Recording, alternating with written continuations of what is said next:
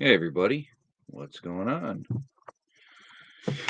How's everybody doing on this fine Thursday evening? What's up, Chef V? Let's see. Let's start back at the top. We got Swifty, Ashley over Green and Gold. Make sure my volume's off on my phone here. Let's see. We got JP, Jeff Occasional Outlaw, Mrs. Swifty, the Joyful Paintbrush, Blistering Barnacles Ventures, Megadog,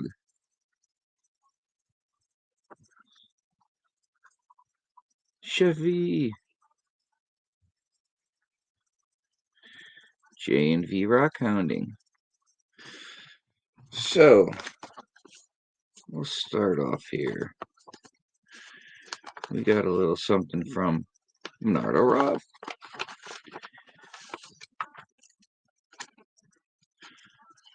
One a little 1941 dime.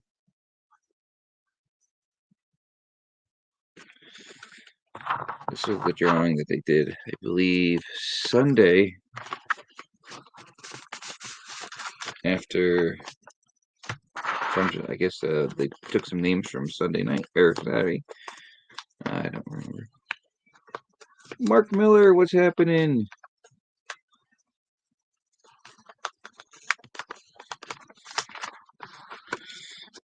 No big deal. Then we've got from Wallace Family Adventures, I believe it is. We got some stickers. Thank you, Nick. Much appreciated.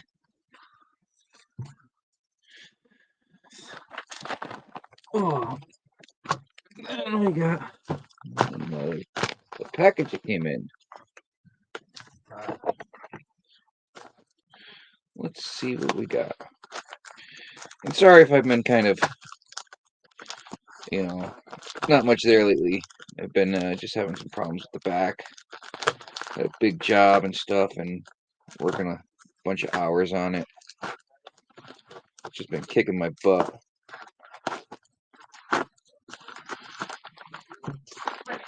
So, man, holy crap. This is from George over at Big Texas Prospecting.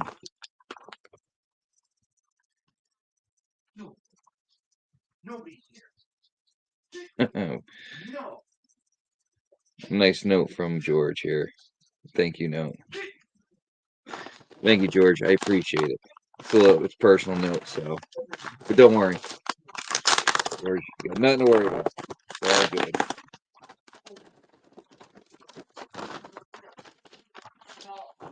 Let's see what we got here. To start, we got a bunch of cool stickers and a magnet.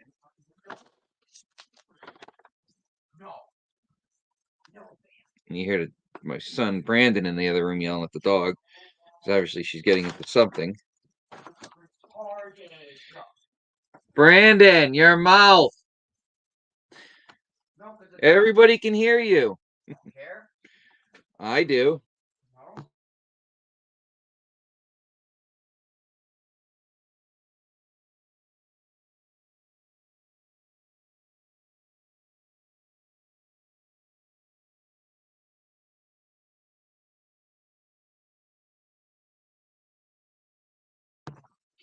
So anyways, got the cool pin. What's up, Can Do? Oh, I missed somebody. Kenneth Bird. What's going on? Donna Moskowitz. Trying to keep up. Do a better job than I normally do. Oh, we got a bag here. I ordered it back. I don't know, not long ago. He's been catching up on his shipping and stuff.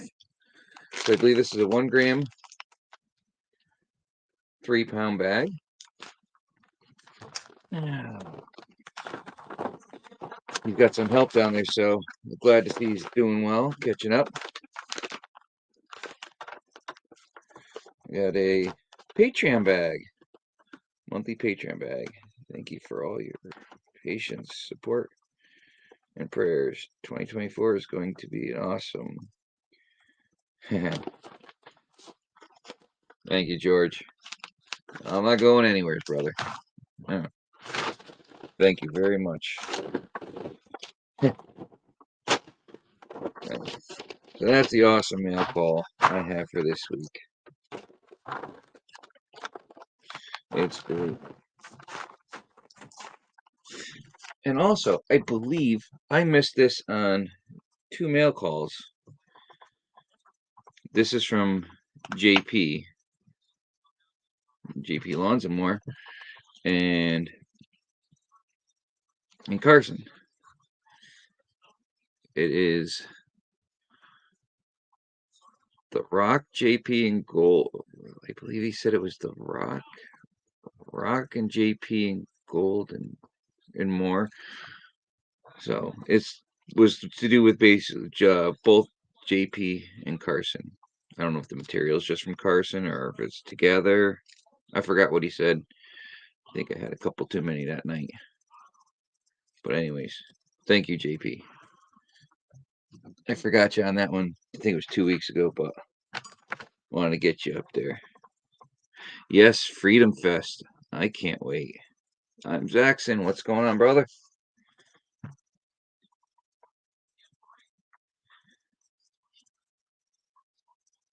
Glad you got your computer back, Donna. Yeah, I can't wait. I already got my tickets on order. You already put them in? Sigrid, how are you? I don't think, no, we got to get you blue. There we go. Terry Curry, how's it going? Marvin Huff. We got a boot.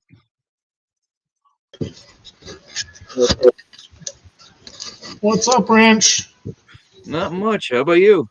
I hate seeing people up there talking to themselves when they got their StreamYard all set up, so I always come up with it. And Oh, I appreciate it. hello to everybody in chat. I'm getting a little bit better with it, talking to myself. Fuck, I'm real good at talking to myself. You just don't want to hear what I'm saying, though. I'm usually talking about somebody. Rat bastards.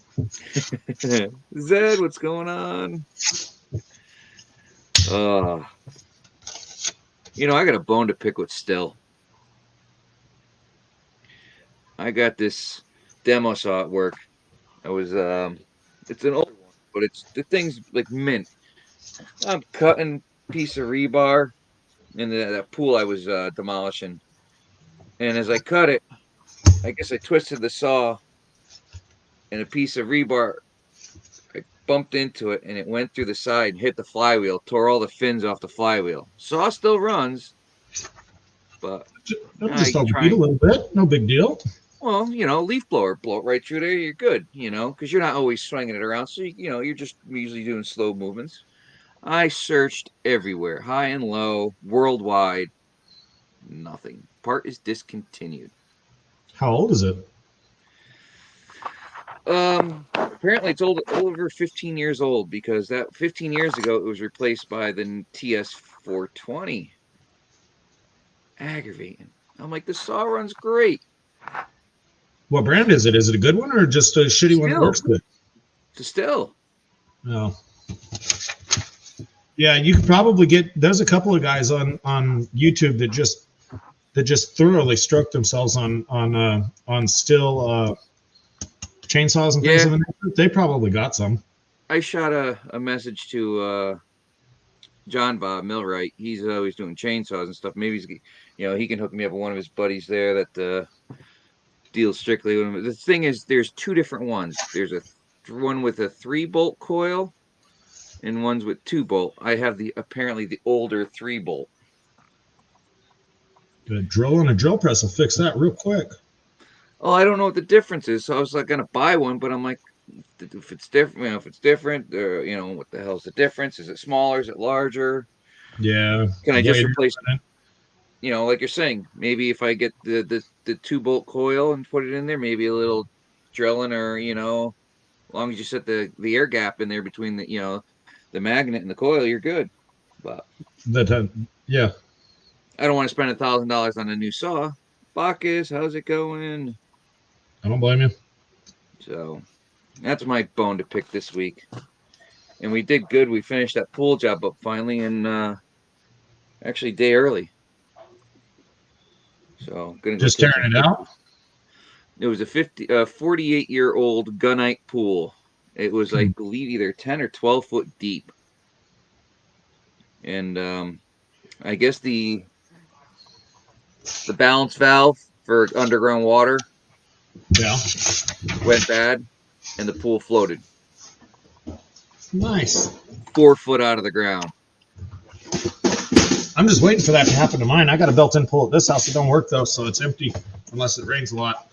I'm just waiting for it to float out of the ground. I'll happily go at that thing with a jackhammer. Well, this thing was pretty thick, and I mean, so much rebar. It was a pain in the what. No doubt. Why are you trying to cut the rebar with a saw? Why aren't you oxying that? There's so much, it wouldn't even been worth it. There's so much rebar. We had a jackhammer we rented a jackhammer for our excavator. Yeah. And jackhammered it up, but there's so much rebar. The excavator, I'd have to wiggle it a few times, and finally, if I use my physics right and levered it just right on the smaller rebar, I could pop it finally. Yeah, but I'm saying, why are you using a cutoff saw to cut the rebar? Why didn't you just break out the oxyacetylene? There's like, in a square foot, you've got probably 2 pieces going this way, another 2 pieces going this. There's just so much rebar. It was 48 years old, so it was done right back then. Yeah.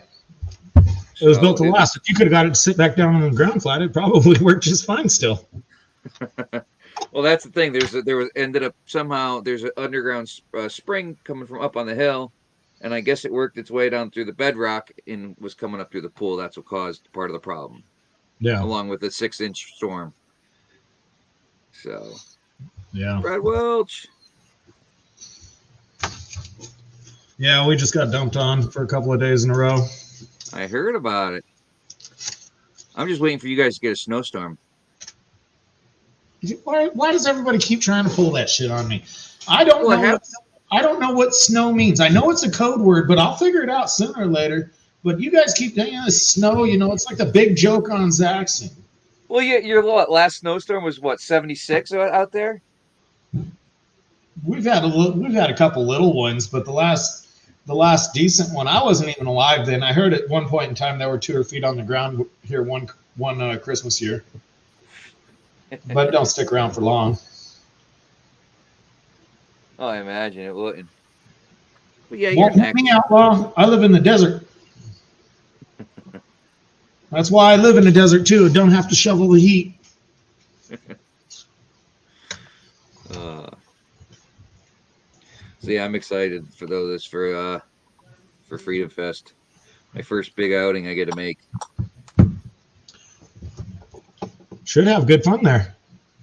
I sure as hell hope so. How are you managing the escape for that? You bribe somebody to take care of your kids? I haven't even figured that out. I just send them with the ex-wife. I mean, I'm here with my parents too, so I take care of them most of the time. But they can help out with because if I leave on a Thursday, that means that my old lady would be here, so she can get them, make sure they go up for the bus Friday. Yeah. So she could help for a day or two, and then the ex-wife will have them for the weekend. Oh, that works. So then the old lady will just have to make sure they're up Monday to go to school when I get back.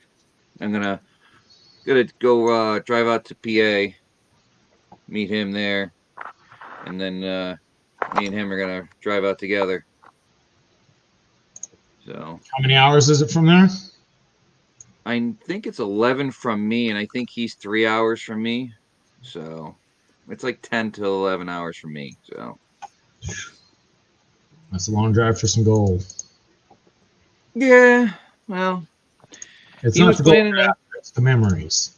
exactly, meeting everybody, do a little panning with people, I think it'd be a great time.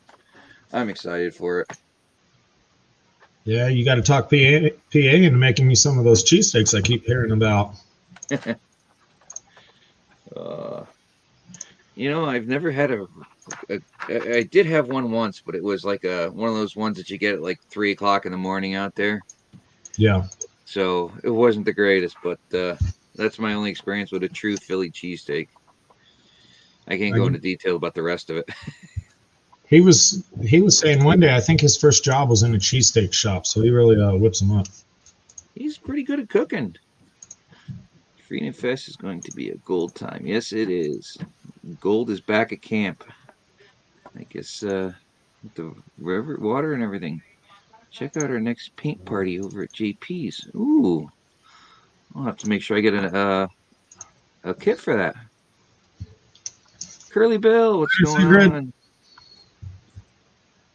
Katie, what's going? How you doing, Katie? Trying to make sure I didn't miss anybody. Yeah, I'm barely paying attention to chat, just enough. I'm finishing. Take care, Sigrid. The gold is just a byproduct if you. Well, I was even talking about trying to get out to the Yuba. That'd be a trip right there. I'd take a plane. I ain't driving. That's for damn sure. No, even taking the plane, that would be a trip. Yeah. I've never ridden on a plane. I've never been west of Indiana. That's the farthest I ever drove. I've been across the country on the I-40 from Barstow to Cherokee, North Carolina. That was an interesting drive. I imagine so. Took us 3.5 days to get there, 2.5 days to get back. I got speeding tickets in North Carolina, Arkansas, and Oklahoma in the same day. Why aren't you included, Katie? Who? Everybody is invited to Freedom Fest. Who's Katie? WK? WK, yep. Yeah, why the hell wouldn't she be invited? Yeah. Same, or even the paint party. She's invited because Joyful Paintbrush put it out there. Isn't Joyful Paintbrush Swifty's wife anyway? Yes. Rich A3, what's happening, brother? A3, hello. My phone's going off.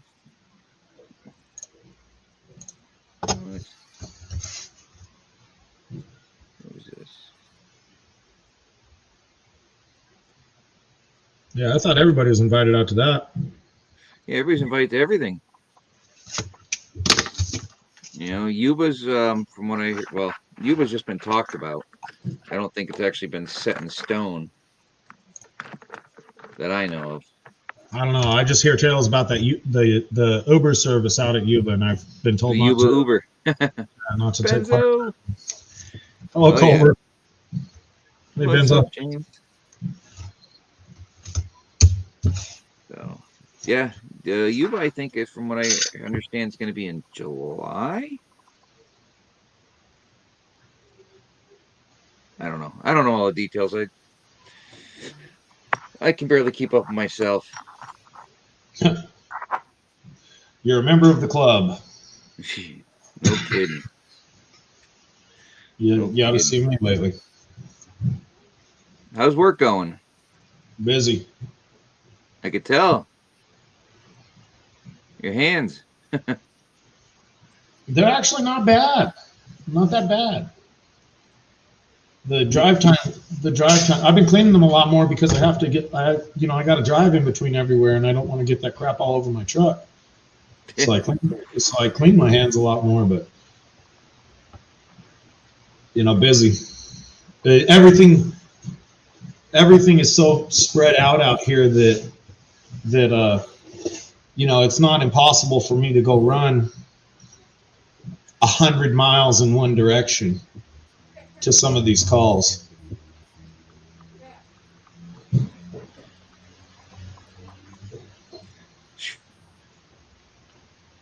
Well, I mean, if you got good customers, that's worth driving that far.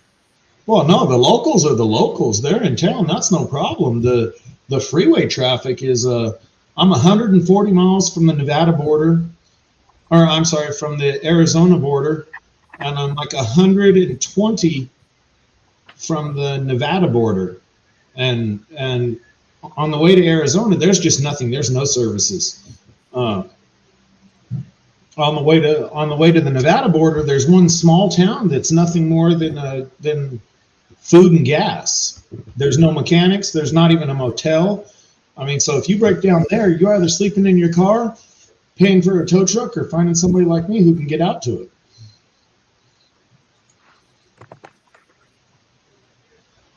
So it's, long drives. I drove 80, 90 miles one day to take a semi-driver heater hose.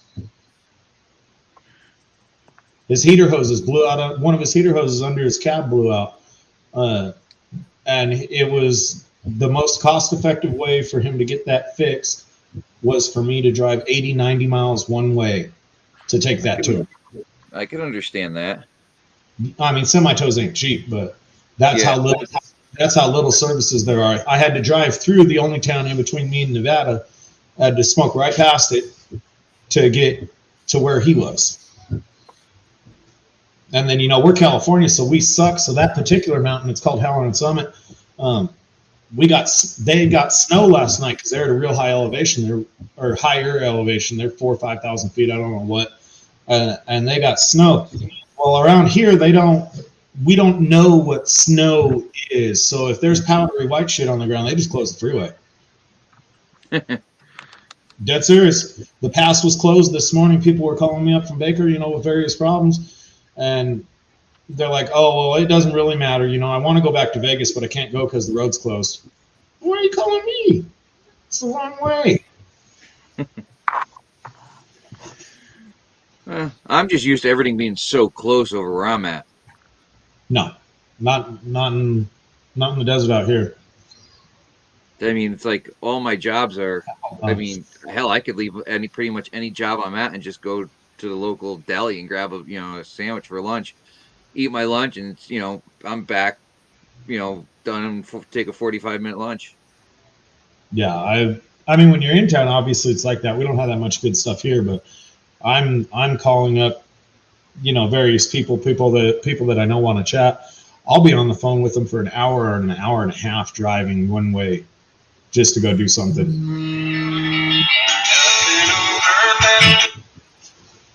So it's always long drive. Outlaw, California is real. Just because you bought a house in the wrong state. Hello, Swamp Dog.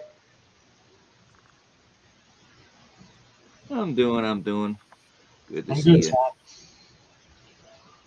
So what'd you do? Turn your camera angle in the room, or did you redesign your room? No, well, I moved stuff from this way to this way. This way I don't have to look at the messy bed over here. Yeah. And eventually I'll take the Disney trains down and the New Haven Railroad down, and I'm going to figure all my bags over there, my collectibles up there. We need to get a shop cam going so you can talk while you're fixing your Yukon or your Duramax. Duramax is next. It won't be Wrench's mail calls. It'll be wrenching with Wrench. Even think about it. Even if you walked over and turned one bolt every 10 minutes you were streaming, it would still be progress. And with your track record, you'd be done in no time. Yeah, I think this weekend I'm gonna bring one of the trucks home, and I'm gonna pull the Duramax out. I could probably start it, but I haven't checked the intake if anything got in there. Yeah. So, but yeah, that's on my list first because that should be the easiest to fix. Just pull the passenger head off. The Duramax? Yeah. I thought the other one needed an engine of like 6.0 or something, 6.2. 6.2, yeah. It's already apart. It had I don't know exactly what the hell happened.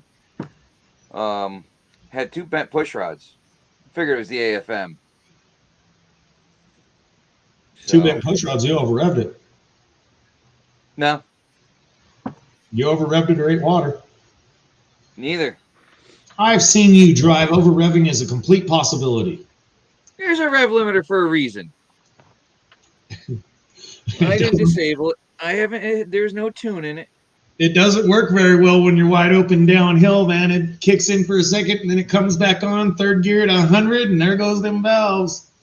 I think what happened is I switched oils. I was using the what the hell is it? I was using Mobile One in it, and then I switched over to the Rotella synthetic. Which is it's Dexos approved. And when I did that oil change, that's when I noticed I had a noise. So Oh, so it must have did something with a lifter. yeah, it got too much pressure for whatever reason, wouldn't let the lifter do its job. Yeah. So So what are you going to do? Just fix that engine, or are you going to long block it? no, there's nothing wrong with the block. I mean, I put new cam bearings in it already. I'm putting new. I'm not touching the crank, but I'm putting. I had there's some marks on one of the pistons. I didn't like it, so I'm like, what the hell? The rest of them look good. So I got one new piston, and I got to do a full set of rings, do a quick hone job on it. It didn't burn oil or nothing, but I just figure, might as well throw a good set of aftermarket rings in it. Hell, I think rebuilding that's still faster than getting the head off a Duramax. No way, I don't have to pull a cab. It's the passenger side, and it's the first year of the Duramax, so you don't have to pull the cab. Duramax is a pain in the ass. Oh, it ain't that bad. I've already got all the stuff on the passenger side out of the way because I got compound turbos. I got the second turbo over there.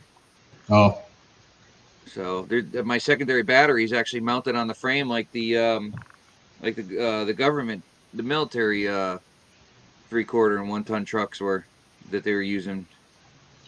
And I was cruising the website the other day at the GovPlanet auctions. Supposedly they're letting Humvees go around me for like $3,000. Military Humvees. Really? Yeah, that was my thought. I was just trolling one day. I was bored, and I saw that they had like 40 or 50 Humvees that were ending in a week or two, all starting at $3,000. Oh, starting. Yeah, I wonder what they're at. They're probably at like 15. And I could go look. I could go check the history real quick. No, I ain't got that. What I really wanted to do was get a deuce and a half, and take the Duramax and put it in the deuce and a half. That's what I wanted to do. Whatever works for you.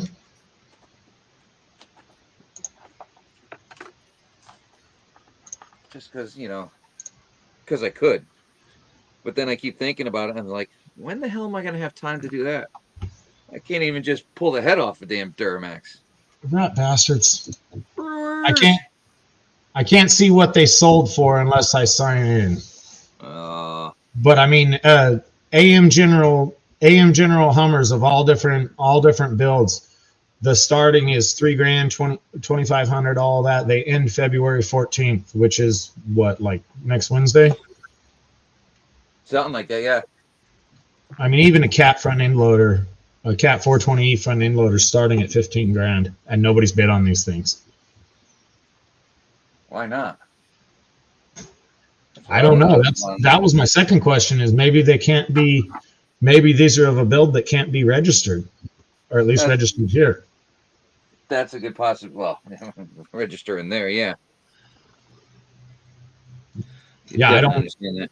I know you can register former military Humvees. I just don't know what all's involved in that, and that's got to be it. But even at those prices, if one of those went for $3,000, hell, I'd buy one just to turn it into an off-road monster. Yeah. Strip all the weight off it and start cutting. Exactly, outlaw. I mean, well, as far as the 6.2, going back to that, I mean, I had the heads done, valve job done. I bought new push rods because the heads were done. Yeah, I mean, Jesus, I got all kinds of stuff. I bought the bypass to stop the bypass for the oil. I bought a new oil pump. All the stuff for it to fix all the common problems with it. The AFMD lead, obviously, right? Oh God, yeah, I got a new cam. I bought a. I wanted a performance cam, so I bought even a new torque converter to match the cam. So I got what the hell is it, the freaking thing HB tuner thing. I got the to tune it. Of course, I don't know my ass from my elbow on tuning. I got a bass tune on the ECM, but I got to do a TCM tune. But nobody around here wants to touch an Escalade. They want to send me down to New York. I'm like, why the hell would I want to go to New York to put on a dyno to have a tune? Look, just tell Culver what you has. He can find one like it and get you a bass tune downloaded and put them on yours. What's up, doggone? Come on, that's not the button I'm looking for. I mean, you're not going for a real hot tune. You're just going for a bass tune on it, right? Yeah, I want to be able. I mean, I don't want a hot tune, but I want a little bit better than a bass tune. Bud files. Screw it. Just pull the trigger on a big turbo LS and be done. Well, I mean, it's the 6.2. You know, it's a good block. Everything. There's nothing wrong with it. I thought about putting a 6.2. What's that? I'm not a fan of the 6.2. You want to hear one that I just did on a 6.2? On a 6.2 that's still stock, variable valve timing. Yep, that's what I had. I found this truck would randomly stall. What the hell? I'm looking for a bag of something to pan out. I was trying to share my screen for GovPlanet with Swamp Dog, but it won't let me. Really? Yeah, it's only offering me the option of a. Oh, you got to pull your camera down to share screen for you. I don't know why. I got to. Right. Stop Got a lot cam. of aluminum to melt from a 6.2. No. I can't pull myself off screen. I don't know. Maybe if I put you in the basement. Move from stage. There. See if you could do it now. Switch it.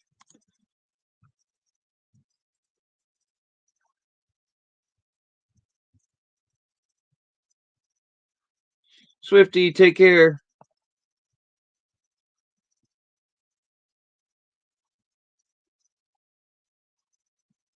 What's up, Chippy? What's going on, guys? Not much. And I put you back up there, Zaxxon. You should be able just to go down to the setting or present and share screen. Yeah, I've done it before. I don't know. I mean, I got the premium, so it should be easy. Yeah, because I got. What the hell do I want to pan out? What do we got here? We could always do this. We could do a big Texas Dynamite bag, 3 grams. There we go. I see it now. I just Hold on. I messed that up. Let me change that again.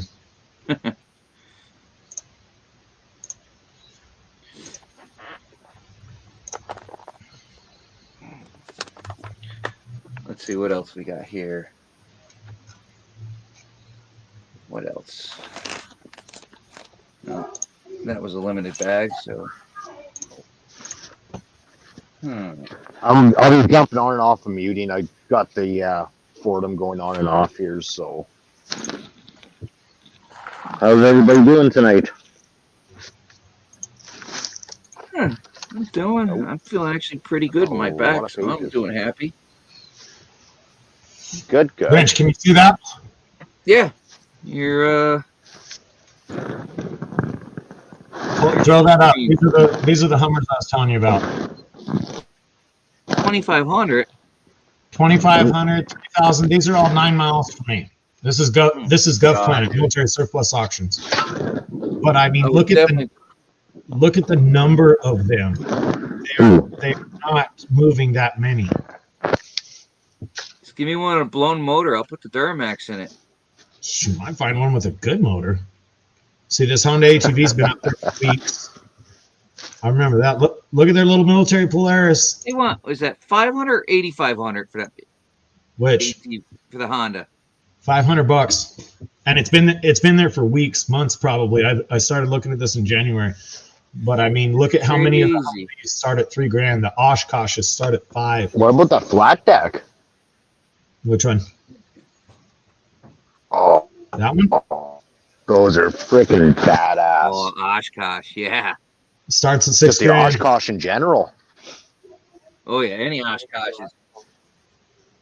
6, so that's about I was trying to get my 40 boss. We were grand actually Canadian. looking at one. It was a New Jersey airport truck. It had like 8,000 miles on it. It was, I think it was only like 20 years old. It had a tiny bit of rust on it, but I mean, it had 4-wheel steering. Everything was all-wheel drive. It had a GVW 3,300 or 33,000. I'm like, dude, that's perfect for everything we need, and it's all-wheel drive. Here you go, Wrench.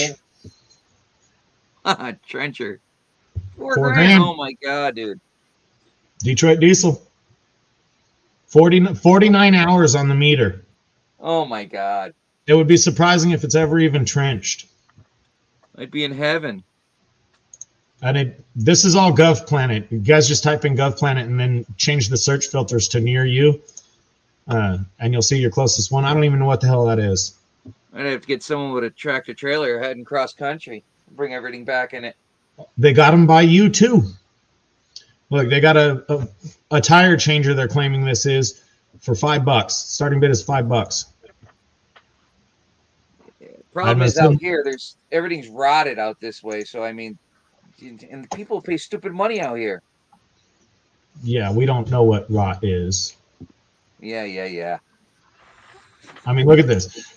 The Michelin tires, 16R20s. That's Hummer tire, right? Or no, 16. That would be like an Oshkosh tire. Yeah, that's the armored trucks, the bigger stuff, the multi-personal carrying ones. Yeah. Put a video in. 2 sets, $5. Cass, what's going on? Oh, that's just the kind of crap they got on there. Dude, I'd be in my glory. Oh my god, the business, the things that we'd buy to use for. I mean, the trencher would be great, you know. I just want a Hummer. Yeah. But I mean, look. I'm pulling this one up right here. Doesn't say what year it is. The mileage. You could see it looks like it's got the run flats in it. It looks like it's been run flat a few times too. That thing is beat, but look at the miles. 788 miles on it. They destroyed it. Huh? That's got to be fresh back from the war to be that trashed. Dude, I'd love to have one of them. I'd make time to work on it. I think as soon as I can realistically afford it, I'm gonna put in a bid and see if I actually get a Hummer. There's enough desert around me. I don't have to register it. I can just trailer it. Yeah. Let's see what do we got here. More outlaw stuff. How's this one up here? Oh, that's why. That's the Kris Kringle. What do we have here? Come on. What is this one? Oh, that's that. Oh. Look at that. They're extendo. Yeah, those military auctions. There's your guys is way better than ours, but you guys get some really cool stuff in yours. Well, you guys see where we're at. We're in the desert. I'm right by an army base and a marine base. And my marine base is one of the ones where they recondition the vehicles coming back from war. So What's they up, decide reconditioning it or not. It's like this extend a forklift here, Skytrack, 435 hours on it.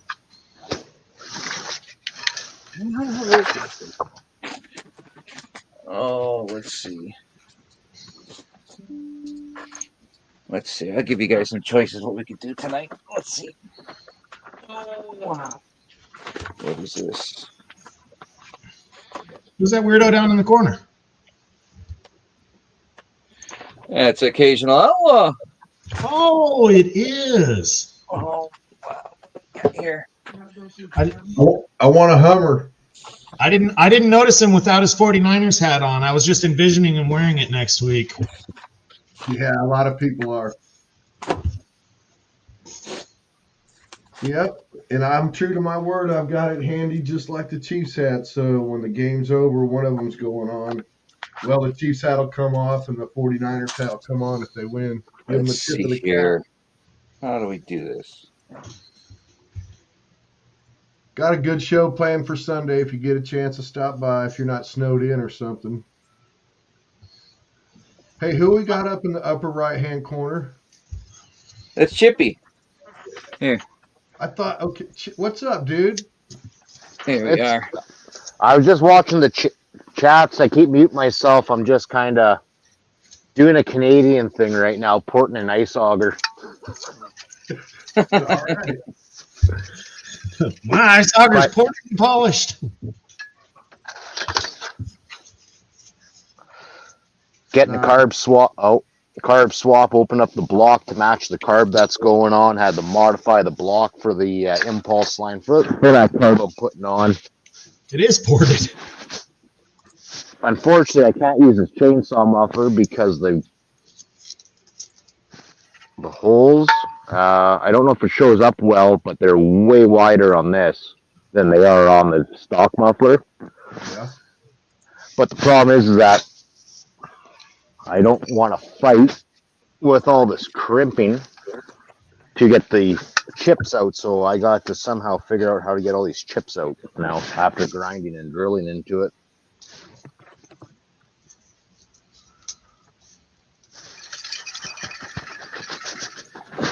It's a $5 auger. I don't care if I blow it up. Yeah. Right.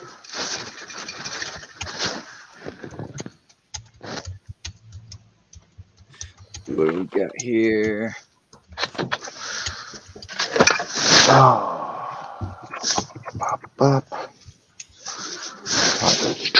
What did I do with? Where did I put them? Is the question.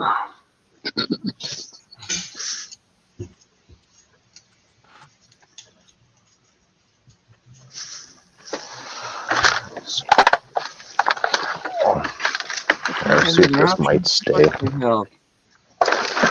I don't know if that'll stay like that, but we'll see. Oh yeah. Sweet. I haven't done a pater in like 2 months, Jeff. This is from George and Miss Timothy collaboration. Let's see here. We can do. We're gonna do a poll. That minus 20 to 30 was tough. And I went on the I had to resort to tactics I don't use all the time. Which one? This is Big Texas, Miss Kimmison's collaboration. Started a few days back. Did you do it? Minus 20 and minus 30. I've got it. That minus 20 and minus 30. I ended up having to take a break on it, let it dry overnight. Then I hit it with this magnet this morning and got a bunch of it out of there. So, except for a little bit of black sand, it's pretty clean. I thought you didn't use magnets. No, normally I don't. That's what I said on this batch. After I went at it for hours, I let it sit overnight, and then it was real dry this morning. I caught anything that was left that was magnetic, leaving me just a little bit of tough black sand. But yeah, I used the magnet there.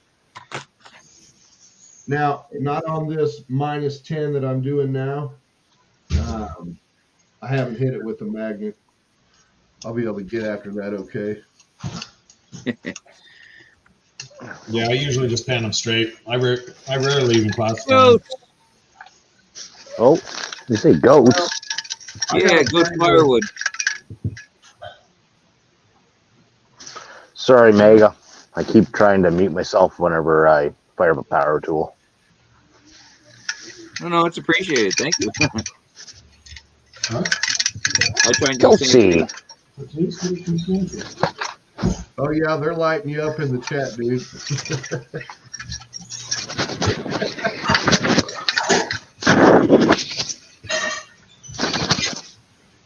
Trying to find where.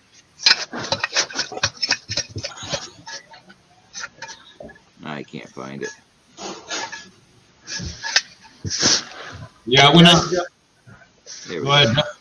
Well, I was gonna mess with you a little bit, John and Zach. You guys were talking car stuff, and it's fine. You know what? I saw an opportunity. I was like, I'm gonna see if he'll pull me up so it can resemble a gold show because I'll be panning.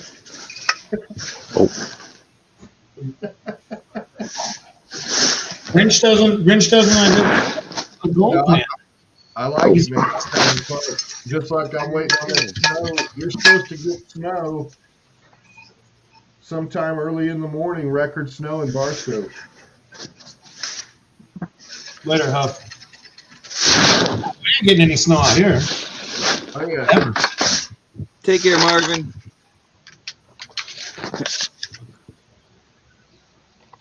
We're gonna be cold as crap, but no snow. Dude, one of these days I'm going to drive out there with a snow machine. And at like 2 or 3 in the morning, just drive through your neighborhood with snow machine, just letting snow fly. I saw an excursion drive through town today. Still had 6 inches of snow on the roof.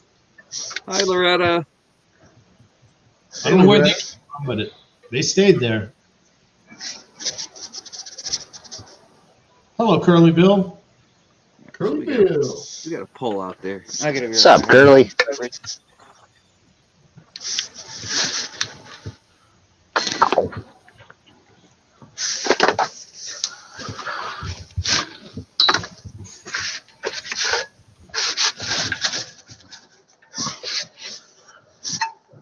Hey, Swamp Dog, I saw where you posted, brother, about getting that in the mail. I appreciate it. Yours is on its way, too. Did a little horse trading there, Zach. Did you? Yeah. I traded old Swamp Dog a rare bag. There's only 4 or 5 of these bags I make up that are these. Well, I'm not going to show it. If you know, you know. It's silver bullet bag. Oh, so I don't know. I guess that shows where I'm at on the totem pole. That's all right. No, I don't want to ruin it for when you get one. No. When you get one, I can't say no more. I'll ruin it. I understand it. It must have got lost by the post office in the snow. Hopefully he's got enough here for tonight. You probably still have 2 or 3 bags of mine on your shelf. I do. I got 2 or 3 bags of everybody's on my closet floor. What do you guys charge for the bags, or you don't sell them? Just giveaway items, or what? Everybody's different. Like Culver Prospecting actually sells pay dirts. Okay. Most of your other ones, Outlaw sells every now and then, but he does a lot of gifting. Right. Most of your other ones are very custom one-off pay dirts, and those are what I've been getting anymore. But the sellers are there. Usually, you're gonna pay about a decent bag is 80% return on investment. So if you buy a $60, a gram of gold's roughly $60. So if you buy a gram of gold bag, you're gonna pay like 70. Right. 65 right now, a gram. Is it 65? Yeah, you're gonna pay like 75 then. But the majority of that's going to shipping. Yes. They're paying like $8 for shipping. So these guys are making like $1 or $2 a bag. So it's very low profit, high turnover. But Well, and your guys' shipping's ridiculous, like compared to up here. I hear otherwise. I heard Canada's horrible. If I want to ship a fat heavy bag that's got a pound or more dirt in it with some stickers and a poker chip, and John will attest to this because I think he's similar. It's that priority mail bag, flat rate envelope. It's about $10.50 to ship it, and you feel comfortable and safe with it. Yeah, I just shipped out a Secret Creeks package I did it yesterday. It was $8 and change. Right. Yeah. Now, if it's less than 12 ounces, I can get away with like $6.80. I'd rather just pay the few dollars more and send off a fatter bag if I can. It depends on how much material I have. Brad Hayden. Hey, Brad. Yeah, that shipping sounds cheap, but how heavy are those bags? A couple pounds only by the time you factor in all the packaging and everything. So I have a normal bag here that's not packed too tight. Occasional outlaw pay dirt, and it's 10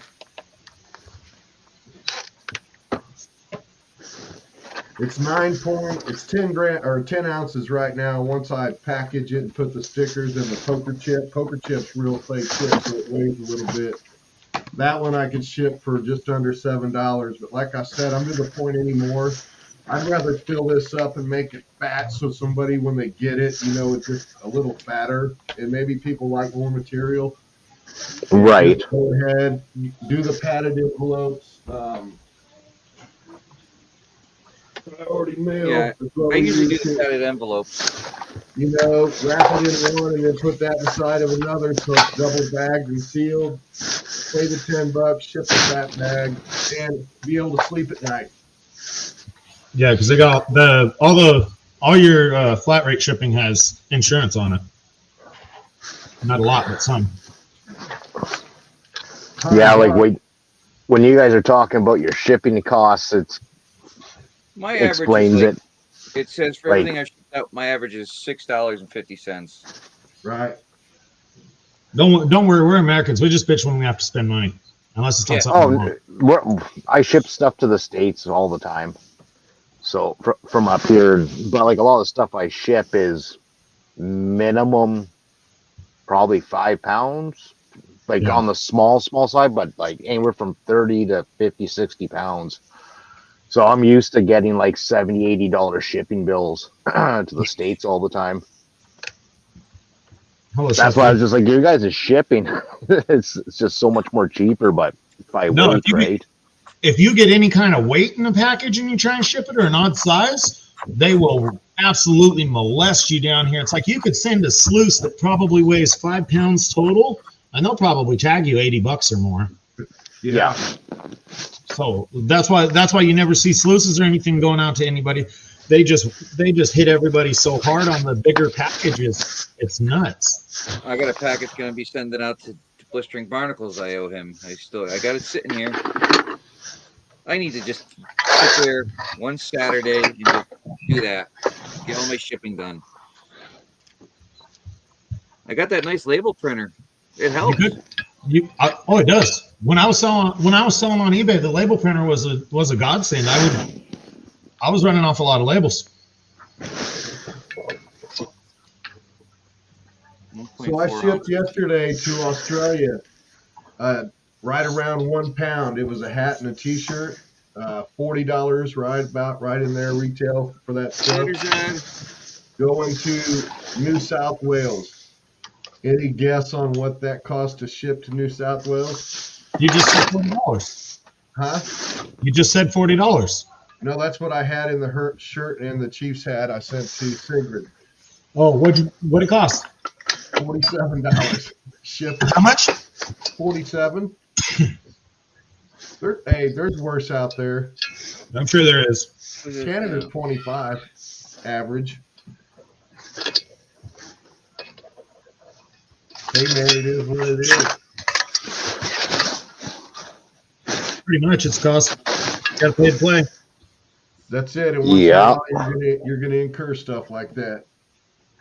Well, I keep telling the Canada guys, there's a bunch of prospectors, panners in Canada. They just have no good pay dirt options.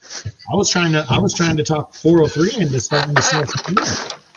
Because up there the competition's so fierce, he wouldn't even have to have as high of an ROI. And he would still be offering way better product than they can do.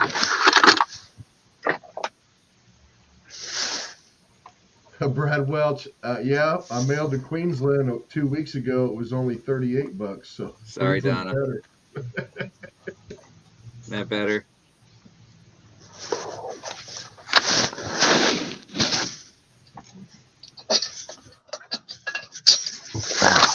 Oh. Let's check on this poll. How are we doing here?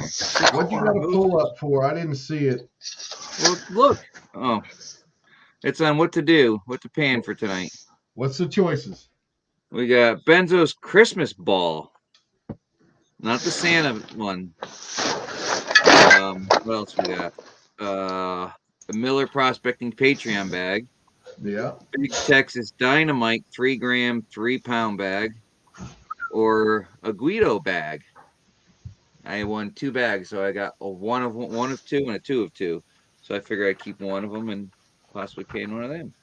Might as well pan Guidos. I've never seen a Guido bag. That Big Texas Prospecting 3-grammer sounds fun. I bet everybody's on that. No, none of us want to see him pan it because he's the one who win it. We all wanted to win it. If you like rubbing it in. I actually. Hey, what's his name? Who the hell won that 4-gram, 40-pound bag? 40-pound. I didn't even want to win that one. That was too much Was dirt. that somewhere in Ohio or no? Who won? No, that was Eagle Eye. Eagle Eye. Yes, Thank yeah, you. Kenny Eagle Eye. He won that. Well, when John won the Big Texas 3-grammer, I thought to myself, at least we'll get a chance to probably see it panned, because some folks probably, they're not going to make a video. That's fine too. Yeah, rock and roll, man.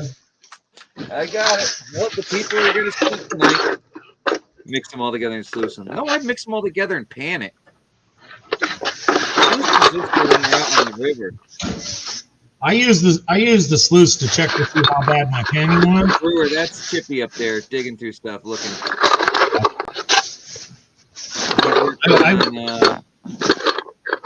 His auger. Good old Jiffy. Brewers was asking who was molesting the microphone. Not trying to. You know what? Hang on. No, it's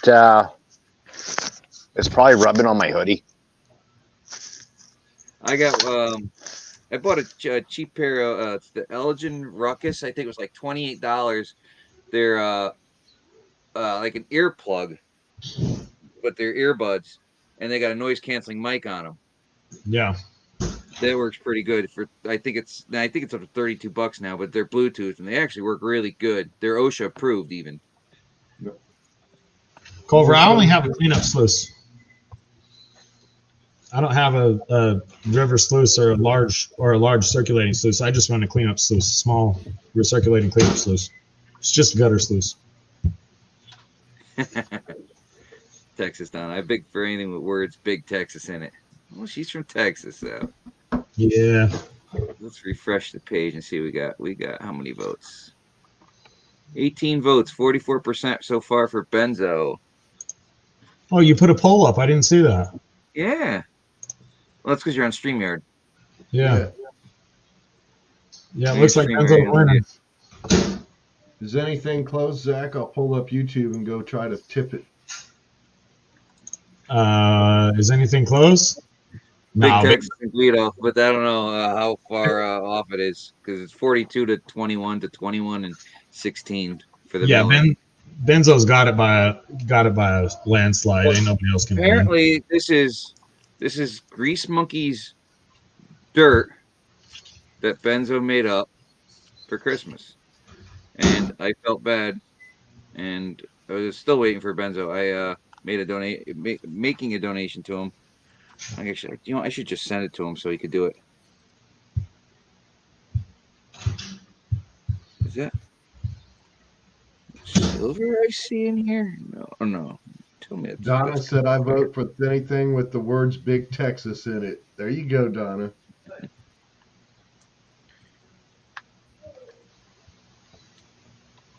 $20 votes. Well, Guido's up to 25%. All right, let me go get my drink. I gotta make some juice real quick. I got my water so I could do panning, but let me get my juice.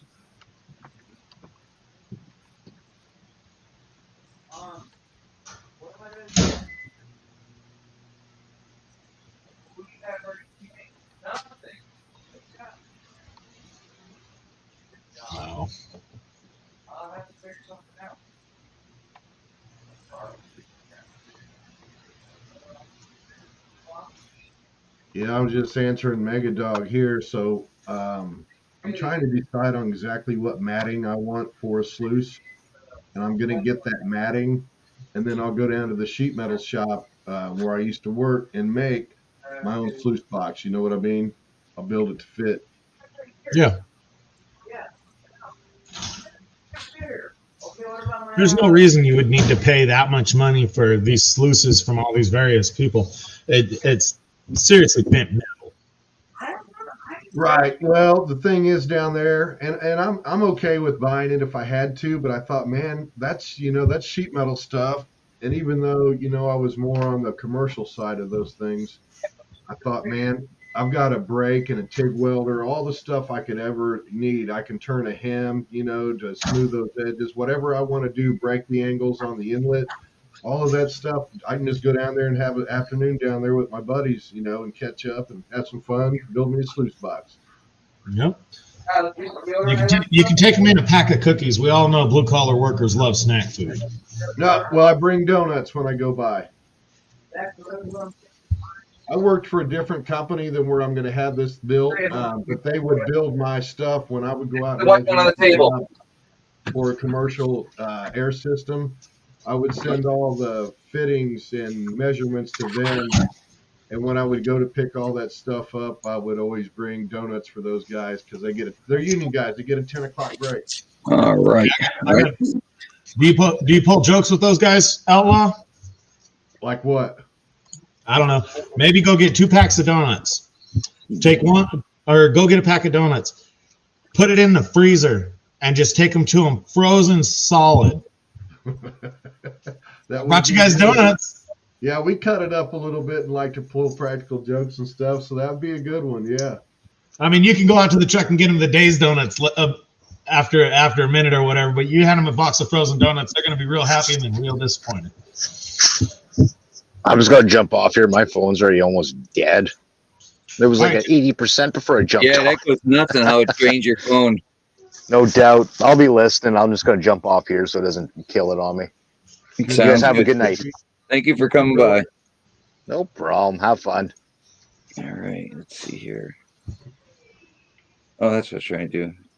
Yeah, Brad Welch just put up the sluices that he can get down there. Says they're pretty decent. Well, I'm going to start with something that I can haul mobile with me, running around this summer to a few different places that'll fit in my backpack and on that particular pack, I want to carry a lot. I only need like an 8x30, 8 wide, 30 long, probably, maybe I go 3 foot long on it. If I think I need to, I'll probably wait for some input on that. I guess the longer it is, the more efficient it is. Or is it really about the speed of water and the matting to catch that gold? I got stuff here that I use. I mean, depends on the water I'm using. If I'm going to be hitting some really crazy fast water, I get that Green Mountain Gold Trap. If I'm going to, normal water, I got the Bigfoot, the hell is it, 10 by 36 with the original Dream Mat, the Vortex. And then I also got the RPE for lightweight, flexible. I'm going to jump off the panel. Everybody's getting ready to eat behind me, so I'll be in chat. All right, Jackson. See you, Zach. Right on. Yeah, I think that's a good idea. When I build the box, Highbaker.com. the matting that I'll be using, I can have 3 different, I can have 3 or 4 different types of matting at least that are all the same dimensions that'll drop right in there. Correct? Yeah. Depending on speed of water, man. Good call. Yeah. I mean, I was completely surprised, in Vermont. I mean, it did great for the water flow that I had. It was insane. I didn't think, and I was just dumping material in there. And I mean, for the little bit of prospecting I actually did to research, or to figure out where the gold was, to the amount of material I ran, I was very happy.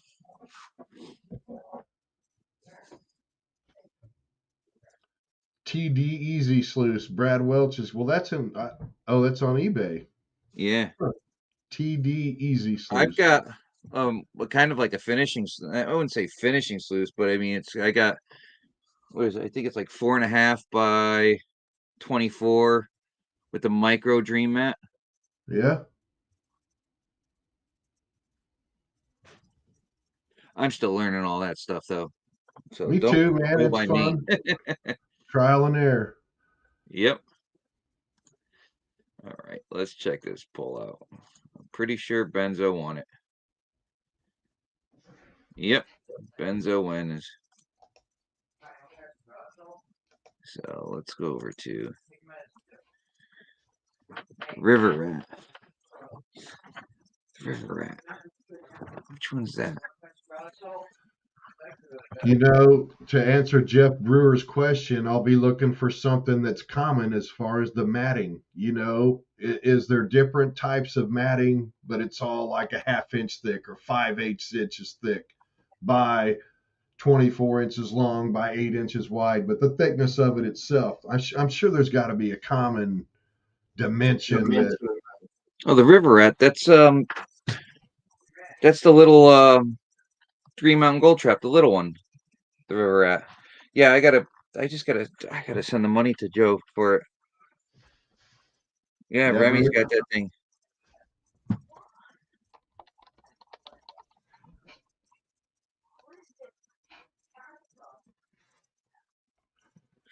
so they're all different. I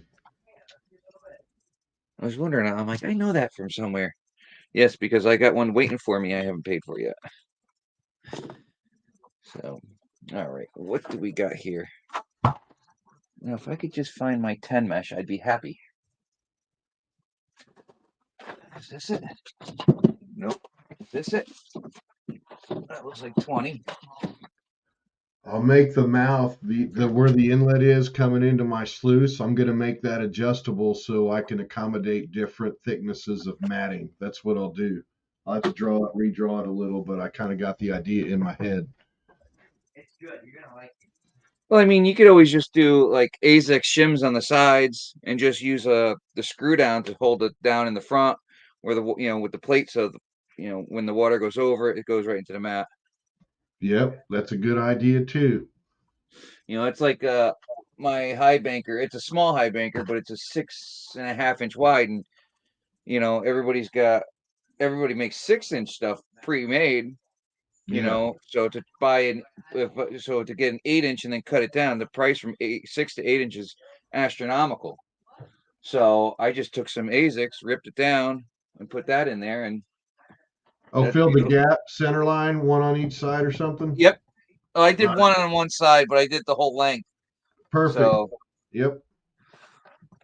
where the hell did that damn thing go? Culver, you can feed that monster all day. He's got a 12 by 48, 8-pound Woo! expanded mass and carpet.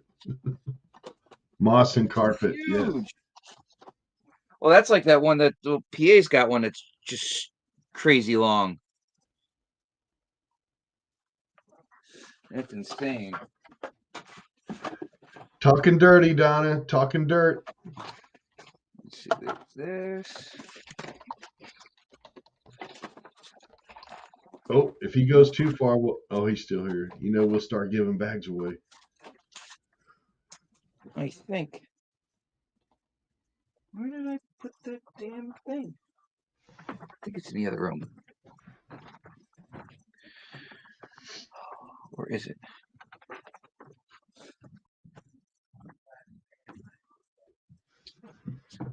Oh, it's gonna make me mad. It should have been. John, did I ask you what you were doing Sunday? You mentioned something about you're going live on Sunday. Yeah, that's for sure now. I'm going to go ahead and do it. I worked everything out where it's doable with no issue. I've got some stuff covered as far as having some games and fun, with giveaways. Awesome. So, man, if you're not doing nothing in particular, what I'm going to do is have the TV, it's near me anyway. I can see if I want to. as long as it's not in frame and the sound's not up, I can't get indicted or charged with any kind of copyright issues. There it is, right in front of my face. So yeah, I Hey. don't see the problem. What time Sunday? So I want if the game's at 5:30, but like one of the contests is going to be the winning team score prediction, where everybody that comes over, when you come in, I'm going to have you give me a number between like Oh, 0 and 50 never mind. for the bingo ball machine, and then I'm also going to ask you who you think's going to win and the score of the game. Who's Well, when playing? the game's over, the last thing we do for the live saying goodnight is I'm going to give away a half-gram occasional outlaw gold pay dirt to whoever's closest on the win. You see what Zaxton said? What? He said he'd hang out with you on Sunday Outlaw, but you're a Chiefs fan. Oh, that's okay, man. I appreciate it. We'll catch you on the next one. Yeah, I handle that, man. Don't even bat an eye. That's military training there. That freaks the enemy out when you just go along with it. So anyway, John, the person who guesses the winning team and the closest score is going to win a half-gram bag just for doing that. So when you come in, I'm going to start the show probably an hour early, 4:30. And when everybody's coming in that's going to visit, I'll have a cutoff of like 5 o'clock. I might start at 4:15, have a 45-minute time to get your number in for the bingo ball cage and get your score in, and then we can get set up. I got other stuff to do besides, just that. Yeah, I'll definitely stop in. I mean, maybe I'll probably be there for the whole thing because Well, it's going I to ain't be a gonna be long watching. afternoon. That's why at halftime we won't even be paying attention to any of that crazy, silly stuff. I'll be doing some type of giveaway during halftime and, community chat, cutting it up. But folks are going to be in and out. That's a long afternoon. Yeah, them pieces.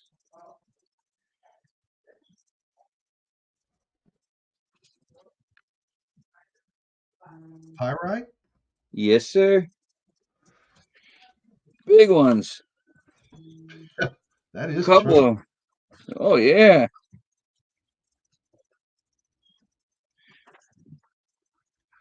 Got some weight to them. Let's see what else. Culver says he's rooting for the Niners, but he's going to stop by. So it's okay, Zach. If you're a Niner fan, you can come by. I'm hoping to get a whole lot of a hard time. I can take it, man. Bring it on. Trash talking, all that fun stuff. That's what it's all about. It's America. Got to be present to win. One prize per person. Yeah, there you go. Setting boundaries. Good Yep. man. Yeah, Oh, and I got a surprise or two also lined up too.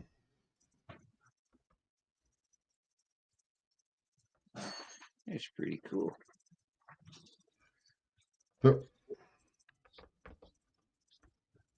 it amethyst or something? What is that? Yeah, it just looks like it's like on the outside it's clear quartz, but in the middle it's smoky. It's pretty cool. Donna says, are both teams color red? Funny you should ask that question. I've given that some thought and did some research into it, Donna. So the Chiefs red is war paint red, okay? And the San Francisco red's more of a San Francisco red. It's more of a rainbowy red, if you know what I mean. Ours is blood red. Heath, what's happening, brother? I was just texting him. Donna told him to refresh his screen. I wonder if something was up. Hey, Heath, what's up, dude? Joseph Knowlton, what's happening? I gotta pull up my phone because I was looking at that. There we go. Wasn't paying attention to what people are talking about. Oh, come on. My chat is lagging now. There we go. How come the Cowboys are never in the Super Bowl? That'd piss off my old lady. She's a Cowboys fan. Yeah, I got what Jeff Brewer's saying. Got you, Jeff. Got you, brother. When you run them like that, it's perfectly fine to have both, but you can't match up a Gold Hog mat against Dream mat and expect it to be even. Got you. Oh no, I they all was have saying their that, pros and cons. yeah, 2 different manufacturers, all that good stuff. Right? This is some colorful stuff in here. Is Pull Gold up Hog here, and show you. Dream Mat made by the same company? Or is that 2 different companies, John? Dream Mat is Prospector's Dream, and I don't know, Gold Hog is, I think, Gold Hog. Okay, thank you. Just wanted to be sure.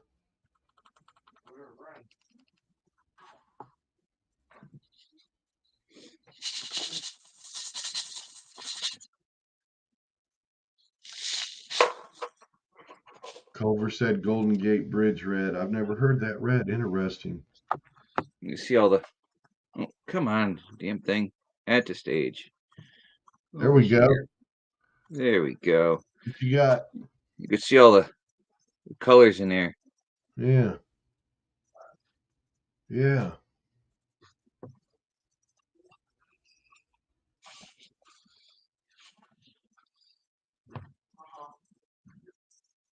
You see all the big chunks of pyrite over there. Yeah. Some of it, is that pyrite or silver? The little wiry It's all pyrite, I think. slivers. Yeah. Yeah, I did that benzo brick, and it had its share of that little pyrite trying to fool me. I was like, nope, I see you.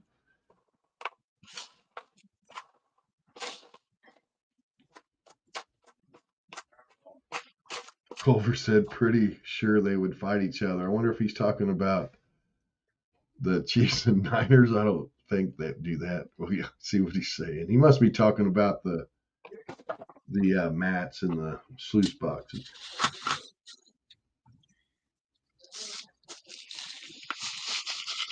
Massive recall on everything cheese. What?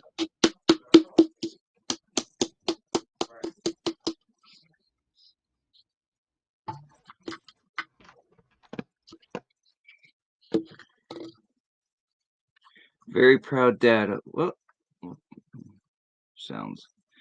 My kid in college just made Dean's list. Oh, congratulations, Heath. No shit. Congratulations, man. So they just had a baby? No. He said, Jeff, my kid in college just made the Dean's list. Oh, okay. I misunderstood. Let me see that. It's highlighted right underneath us. Okay. Dude, that's damn impressive, man. Look at that chunk. So, a brilliant kid. Nice. That is chunky, man. You know, I always think to myself, man, I wish that was a chunk of gold. Oh, yeah. 2 or 3 grammer. The Dean's List. Dude.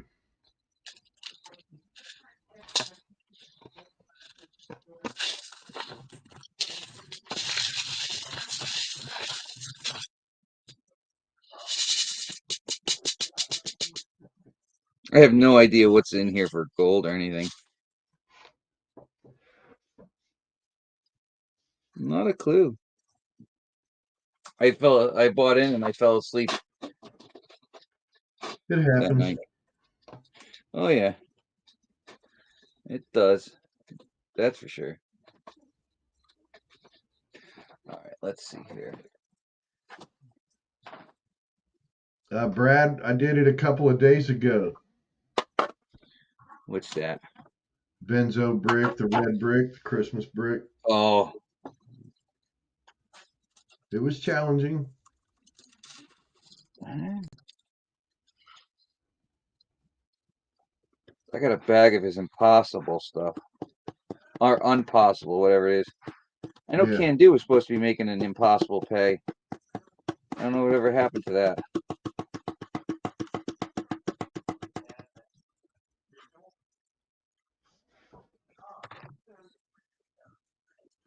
I might do that with some of you guys I know and gals, but some of the bags I've been sending out recently are like bags that first time folks are getting them, so I don't make them too terrible.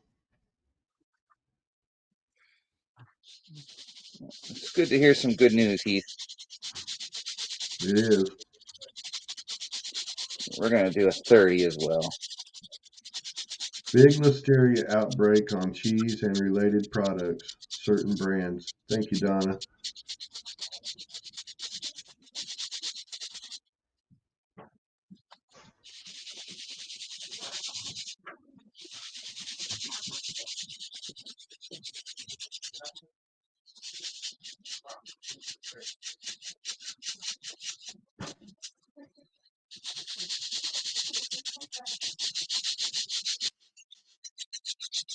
I'm just happy. Like I said, my back's doing so good today.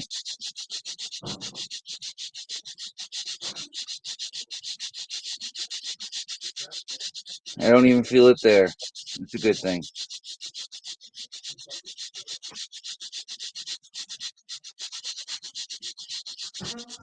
And just to wake up and have one of them days.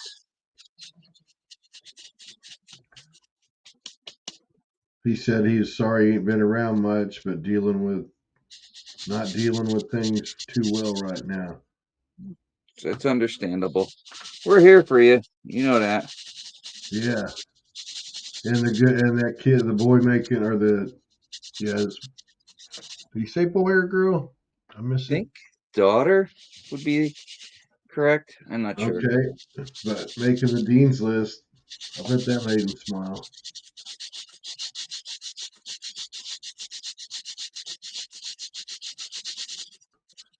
Brewer Zaxxon wants to know what you do for sunburns. Who wants to know what? Zaxxon wanted to ask Brewer what Oh, he does for wise sun. ass. It's gonna be bright out here next week. Especially after that snowfall. Wait till you get full sunshine after a snowfall. There you go, snowblind, Yep. and not the fun way. The snow blind's not fake, it's real.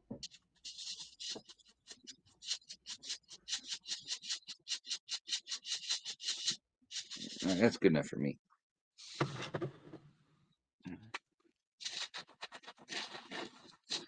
And Zach, we don't get really sunburned here. When it gets hot, we just grease up and run around in speedos and just get a good tan, dude. Nah, you could stay there with that. I'm just checking with you. Maybe some Oh, of the ladies might want to see that. Not me. I try to be the comic relief once in a while. He's got me kicked out of school. Nothing wrong with being a comic relief. Nothing whatsoever. Got me kicked out of school. Well, they need to get a better sense of humor. That's and that added extra days when I said that. That was my thought. I was like, wow, man, some of y'all don't have a sense of humor. I said that to the counselor and vice principal. I think they added a week.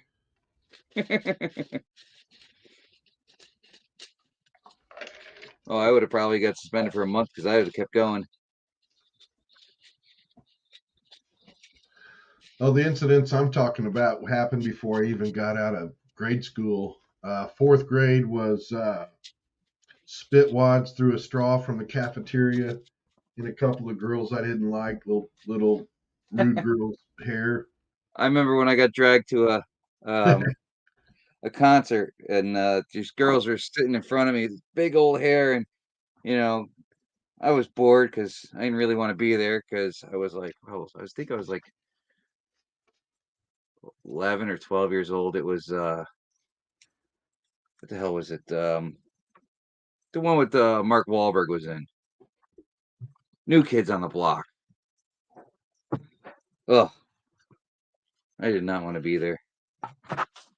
But I couldn't see anything going on, so all I saw was this big hair, so I just sat there the whole time just doing spitballs in their hair, and they had so much hairspray they couldn't tell. They couldn't tell. Man, My fourth grade teacher was a great looking blonde that everybody said was like a former Playboy bunny, but nobody could ever prove it. But she lit me up on that. I stayed after school for a week chewing pages after pages into spitwads. Man, that did it. I never did that shit again. But hey, I got the best one ever. So there was this real popular girl. Remember, this is grade school, like a year or two probably later, fifth or sixth grade. And real popular girl that was real rude all the time, especially to kids like me. We were poor.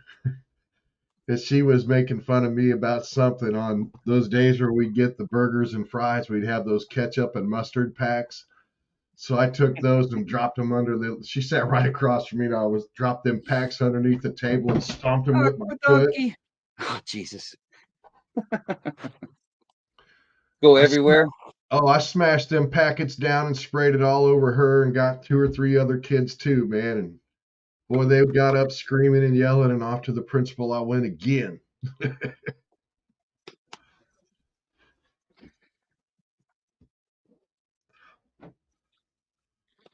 Oh. Yep, Donna, that was the start of the outlaw days. Definitely sounds like it. Zach You said you only live once. yeah. Dang, Zach. He said he sprayed a girl he liked with fake blood in middle school on Halloween dress up day. Well, it was Halloween dress up day. Yeah. It's not like you cut yourself and squirted real blood or something. Jeez. Yep. Folks need a sense of humor. The Aqua Donkey, what's up?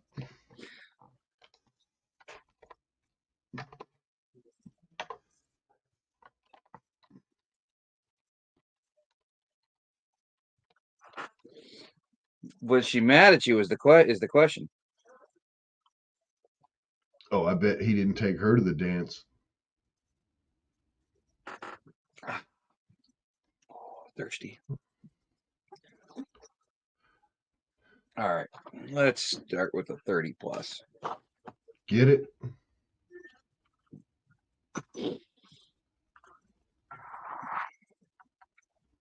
I've just never done his material, so I figured do just 2 classifications. Sounds like Rice Krispies.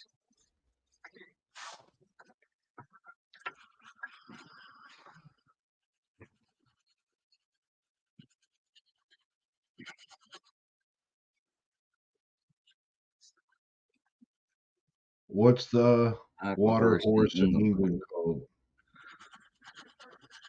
Not a clue. Me either. Well, he says aqua horse. Aqua's water, right? What's the aqua Yep. horse in England called?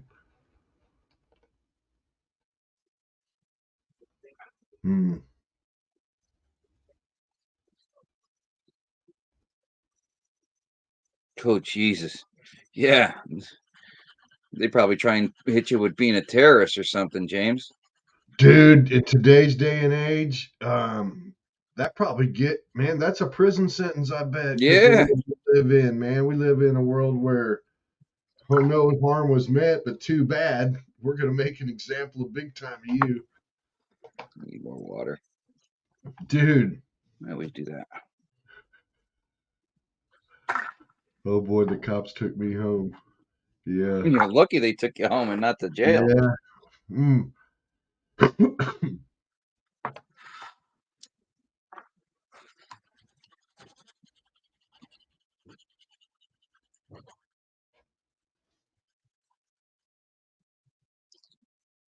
Yeah, I bet, man. An M80, a real M80 will take a toilet apart, man. Oh, the bus stop before school.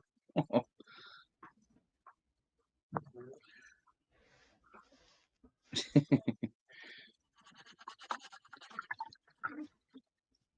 remember my senior class. The first day of school, everybody meets up in the gymnasium. Well, at least in my school they did. And They brought, I believe, it was 6 live chickens to school and let them loose.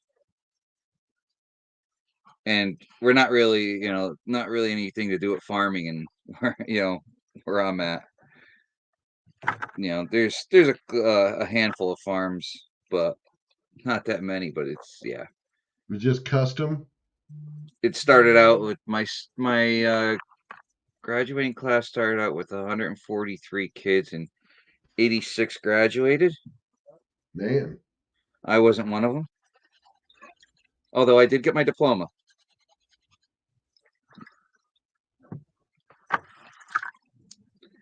I had to go back. I actually was sick and missed too much school time, so I had to go make it up the next year. right? Then they told me I could have just done summer school after I Yeah. started doing like 2 months of school. I'm like, I'll see you in the summer. So I left, and so I got my diploma the next year after that next year's summer school. I'm like, oh, I was so pissed. I'm like, you're telling me I could have just done this in 30 days versus doing a whole school year? I was so pissed. What's up, knucklehead? You take your medicine? Wow. Just watching? Bored? What? Hello? Want to say hi to everybody? You got 23 people in here. Say hi. Hey, hello. There he goes. He ran. Zach said it's not what I sprayed. It's not that I sprayed her. It's where. Oh, okay. Oh, Jesus, Zach. Dude. Well, still, it was just blood. It's not like You left the room. You missed the whole conversation, so.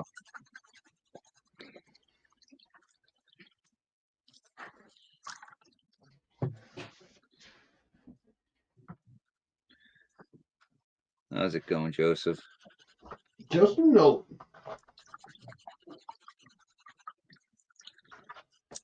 Yeah, I got about 1 pan left of this, and I'll finish it up.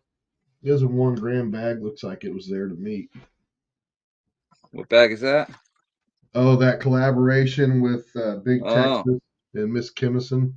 Yeah, that's what I was asking before, if you did it, but you're in the process of doing it now. Yeah, my bad. That's what I'm doing now. Yep.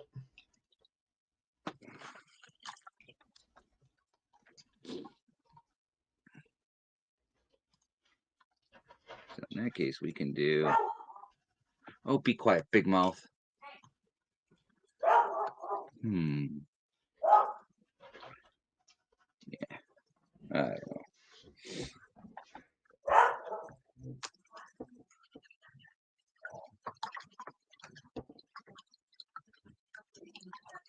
She's vocal when she wants something. Yeah. My demon-eyed puppy. She got baby blue eyes. Husky eyes. Right. Sweet. Husky eyes on a pit bull. I've seen it before. Yep. They can have some interesting eyes. Oh, yeah.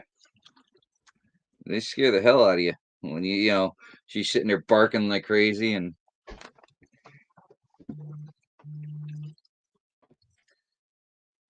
Jack, man, he's not super vocal unless it's the squirrel out in backyard, then he's going to let you know. But like if he wants something from me or needs to go out, he walks up and that nose of his, I call him the cold noser. He'll stick that cold nose right up in your armpit, in your face, your leg, wherever he can get and just shove at you. But he lets me know, so that's good dog.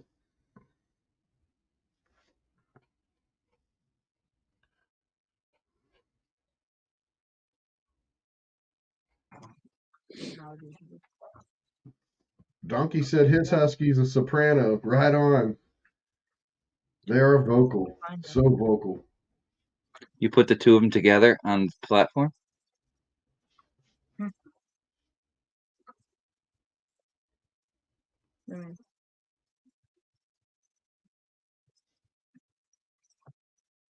You know, that's music to my ears, though. I love it when the Huskies get vocal. Oh, they start doing that. How we get after it. I've been around some of those dogs. One was my brother and his wife's. The dog was around 14 years, and I was around it its whole life. So when I would come in to the house on a visit, man, that dog would go into that, and it would not stop. But it's heartwarming, you know. It She was. doesn't. Yeah, she doesn't do like the bellowing of it, but she'll sit there, you know, a little Yeah. bit. But yeah, she doesn't, you know, like a full blood husky. They just sit there and they just keep going on. It's adorable though, like you're saying. It is because I'd come in and visit, get comfortable, sit down wherever we were at. She'd come get in front of me, and I'd look at her. Her name was Cheyenne. I'd go, "What do you want, Cheyenne?" And she'd start into it. Oh, intelligent dog too. Not this one. Give it time. And she's 12 years old. Oh, shit. But she knows how to get what she wants though. So I can't say it's that. She's dumb. But she just gives you the dumbest looks. And I mean dumbest of dumb. Hold on a second. Oh, James, that dog was saying hello. I know it. I promise. You know it. That dog was saying hello.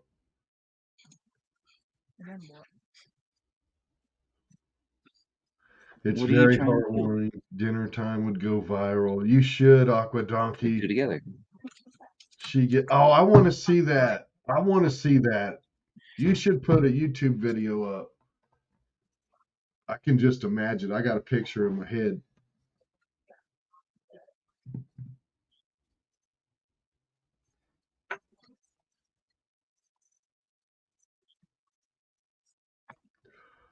I'm trying to pyrite.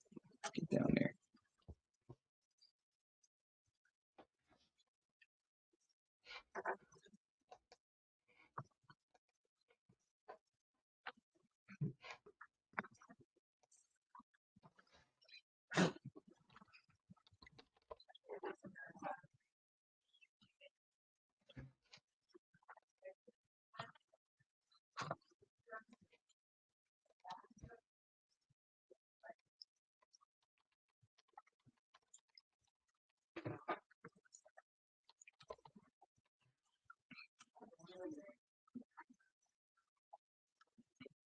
Staring off into space, Jeff?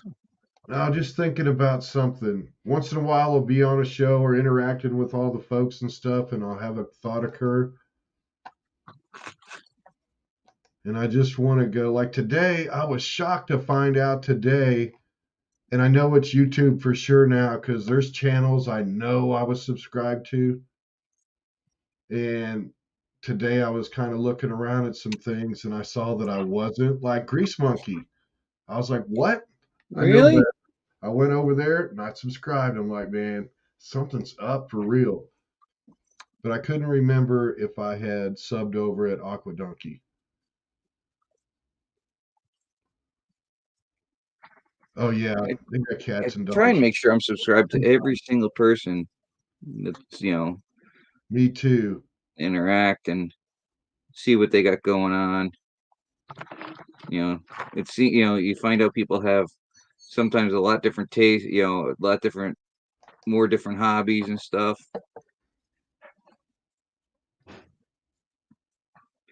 You know, whether it's coins or silver or painting, and you know, you get a nice variety of things.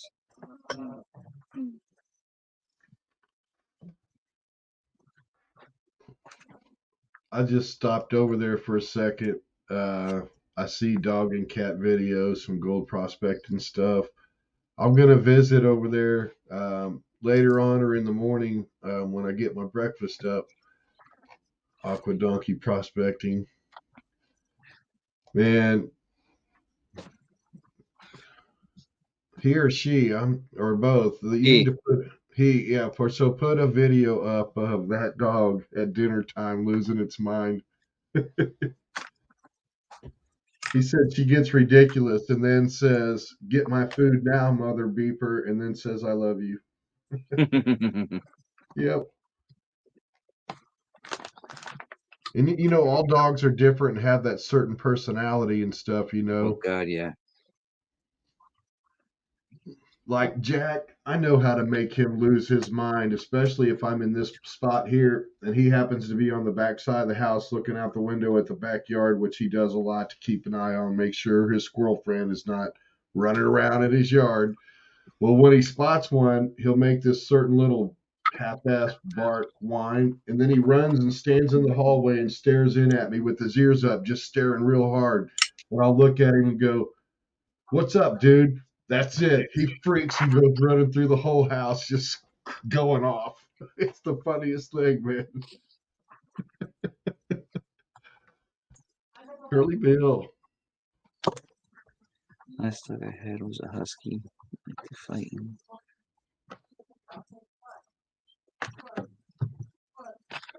Ouch. Oh man. That's usually not a good win. A good fight. Nope. Curly Bill, that sucked. I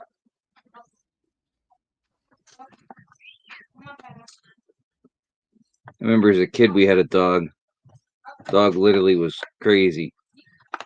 Jumped out of the back window of our Suburban while we were towing a trailer.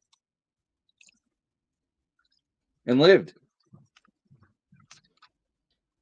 Damn. This Good. dog was chewed through a solid wood door. That kind of dog. What kind of dog was it? A mutt or? Yeah, it was some dog's name was Toonie.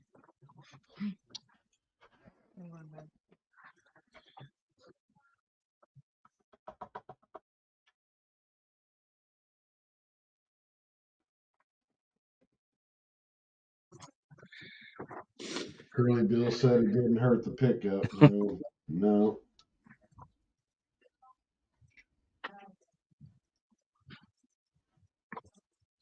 I see some nice looking shiny in here.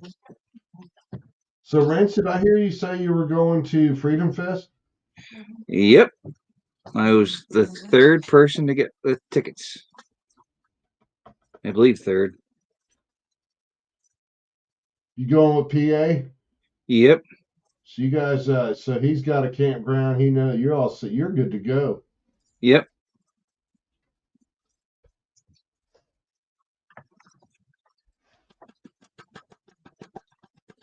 It's this little 16-foot camper, but it'll do the work.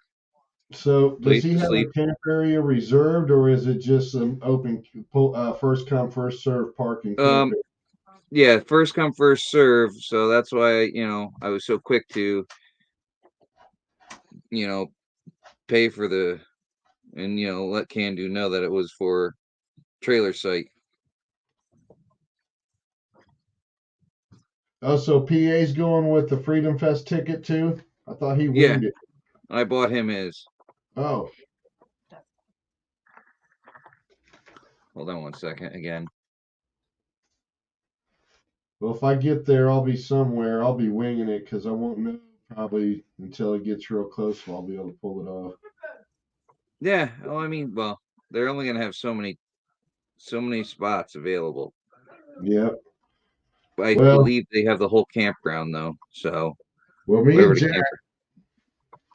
if it ain't there, we'll figure something out. Cause man, I can pull up in a pickup truck and a tent. I don't take up much room with me and my dog.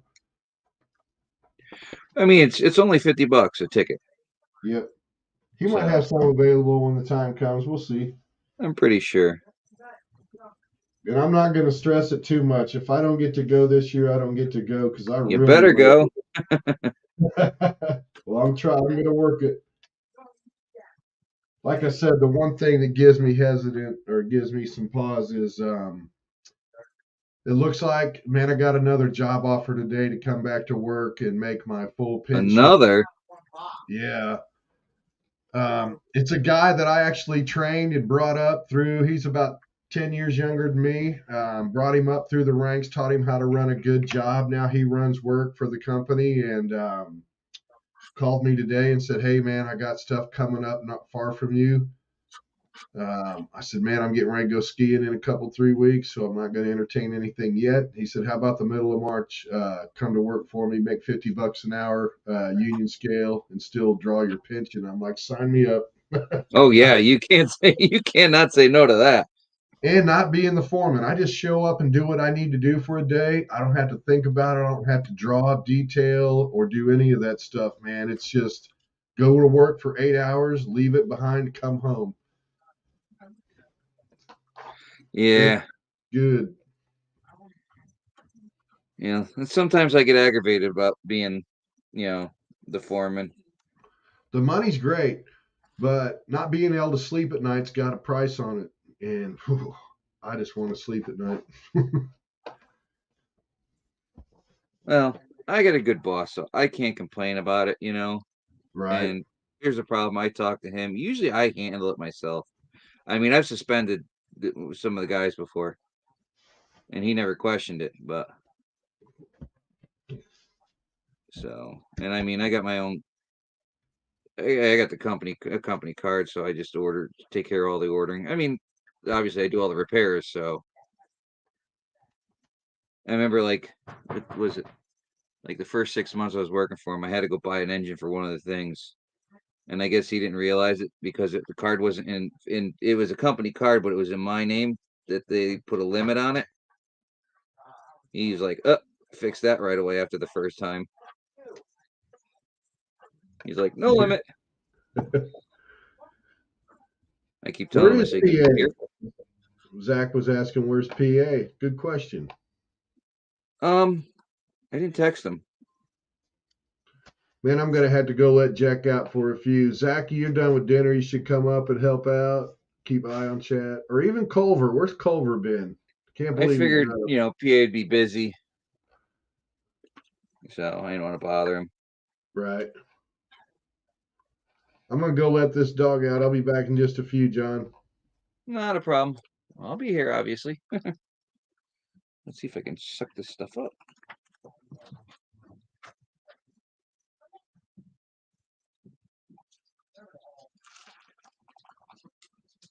Of course.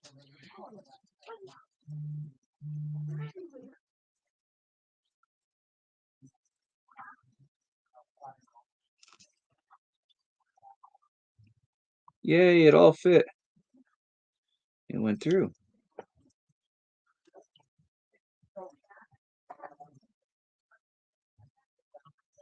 All right, let's go to the next one. And I realized I forgot to show you guys. What a bad host I am.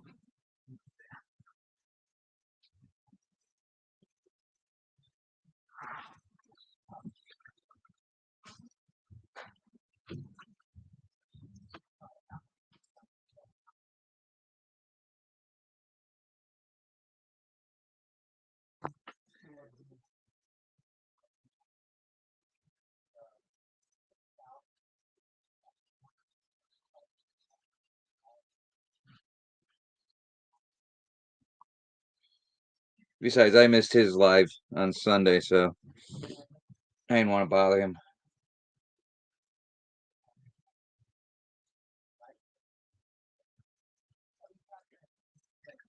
He fell asleep early.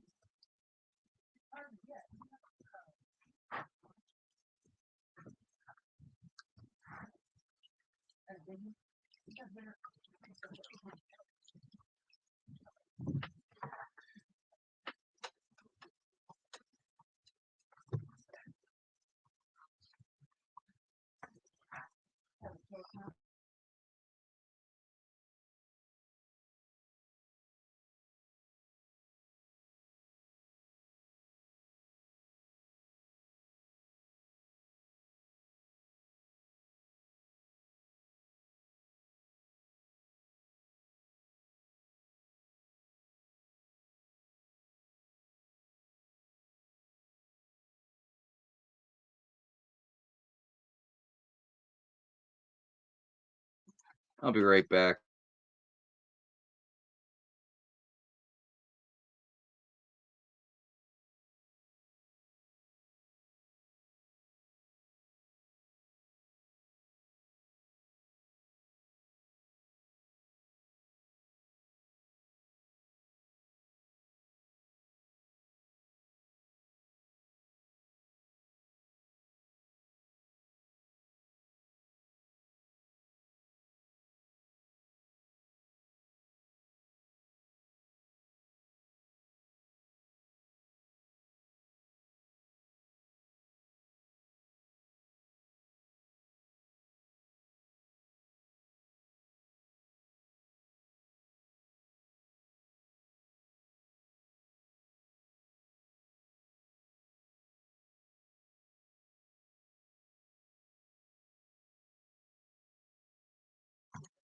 Sorry about that. I am back.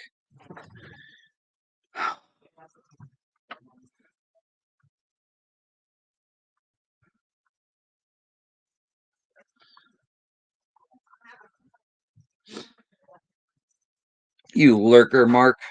What's that deal with the kids? This one's telling on this one. This one's calling this one names. Just go to bed.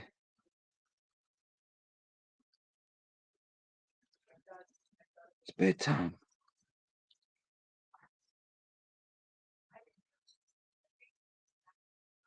You're both telling each other, so stop crying.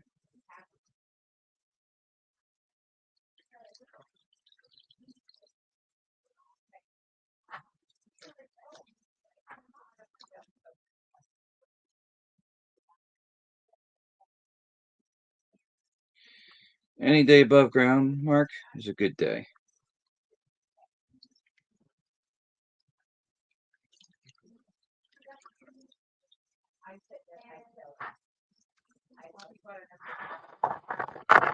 Slide that stuff away. Water.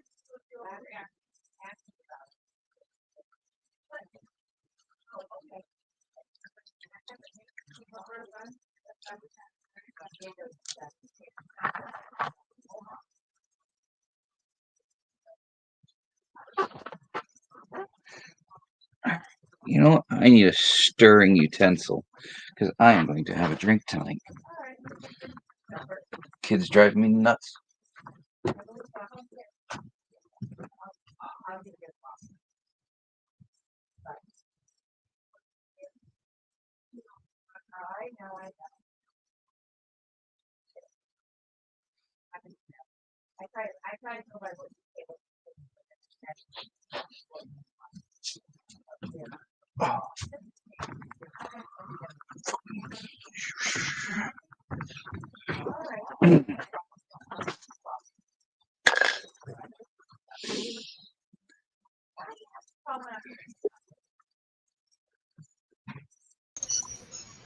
Welcome back. Well, you wouldn't link it, so I had to go through my history to pull up the. Oh shit! Huh? No, Culver was waiting. We were all over there. We're like, hey, what's Wrench doing? Wrench doesn't even like us anymore. He won't even make his fucking chats. I had it still copied. I took But it you down did- so that I could put the poll up. Yeah.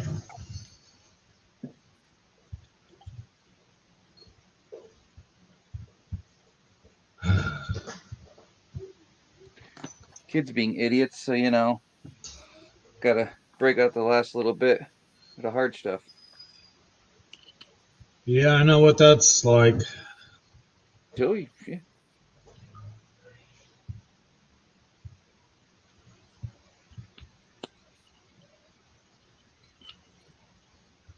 Uncle Donkey says he's thinking about going to Cottonwood, but he took the family last year and he won't be doing that again.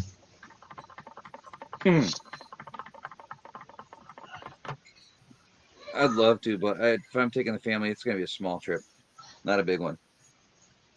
If I'm taking the family, it's something I can get done in a day. Yeah. Well, you'll get 1 day, then you'll leave me alone for a week.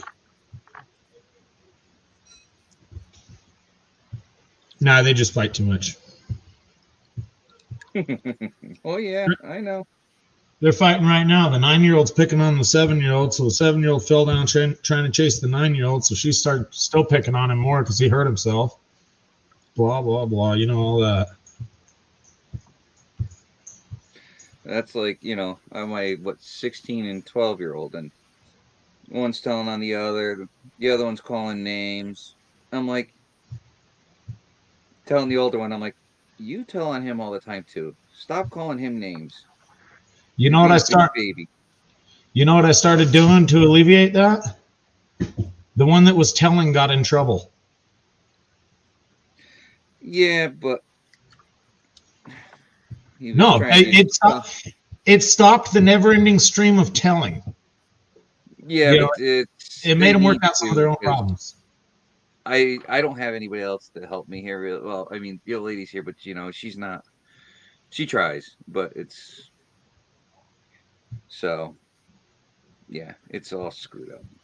Yeah, I just started. Megadog says the same computer when they're 30 and they moved out. Yeah, I started. It didn't even take long. Started making the one that was telling get in trouble, and it didn't take very long, and they stopped telling on each other for crap like that, and they just fought it out on their own, and that doesn't even really bother me as long as they keep it down. Well, that's the thing. They'll start throwing fists. Sooner or later, a winner will be decided.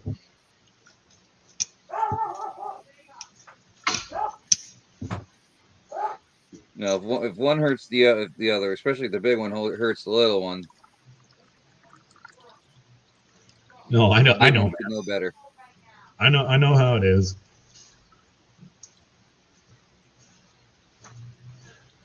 Especially when the big one's got 100 pounds on the little one. Yeah, I know how it is. That my 7-year-old's actually bigger than my 9-year-old.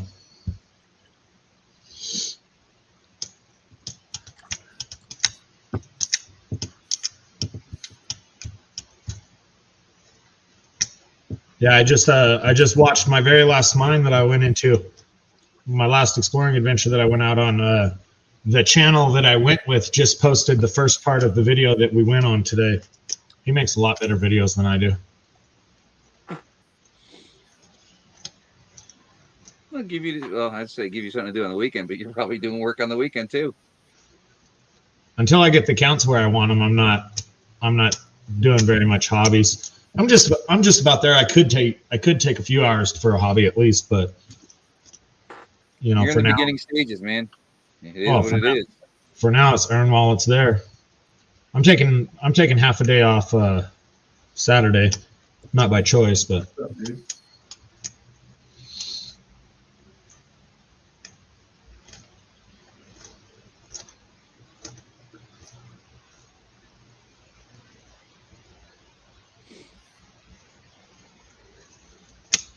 Yep, Brad, those days are gone anymore.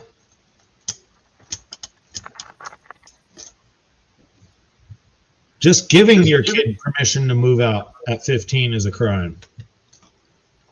Let alone if they run away. Well, if you have them emancipated when they're 16, it's legal. I don't think you can force that. Only they can request that.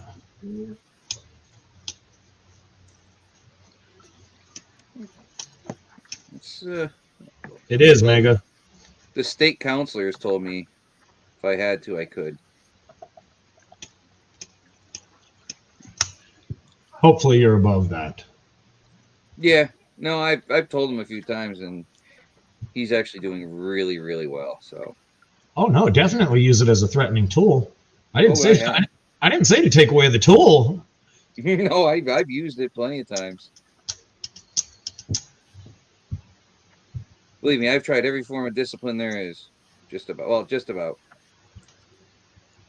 Waterboarding. That's about one of the things I haven't done. I have picked him up when he was smaller. I picked him up and threw him down the hallway. When he said one day, he said that he was going to beat my ass. Okay. Oh, yeah. You can try that. Go ahead. You're welcome to fucking try that. No, Yep. No, what I figured out is every person, child, whatever, every person has something they hate. My oldest boy, he didn't care about a spanking. He didn't care about going to a room. He didn't care about taking his stuff away. Nothing mattered to him, and it was extremely difficult. Turns out he hates standing in a corner. Oh, nose in the corner trick. You could beat him. You could beat him sensibly. Not that I beat my kids. I gotta tell you, he's turned out to be a really good kid now, though. Yeah, you could beat mine senseless. He wouldn't care one bit. But if you put him in that corner, he hated that. I'm just happy he's in a better place. Yeah. Dude, have you ever stood with your nose in a corner? Me? Huh?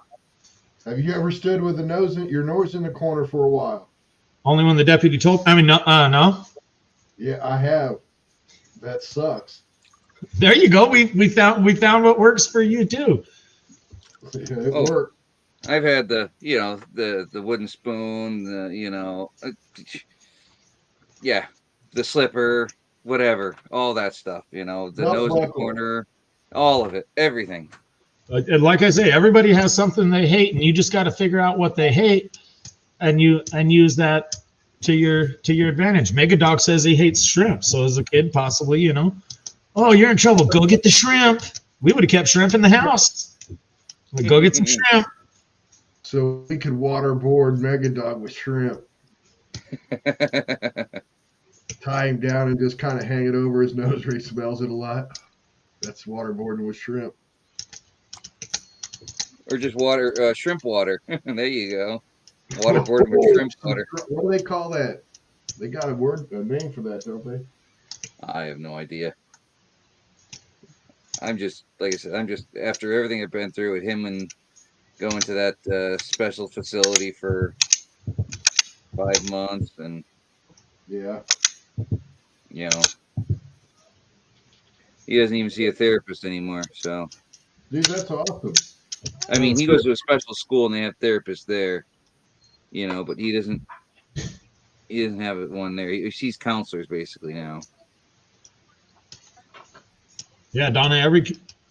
Anytime you're dealing with a kid, you just got to figure out what they don't like. I got ones you can take away their electronics. It didn't matter. Every one of them's got something they don't like. Let's see, if I took one thing away, it wasn't. But if you took them all away, that's when it makes a difference. I mean, it's easier to just take the device. But if that doesn't affect them, there's some that won't affect.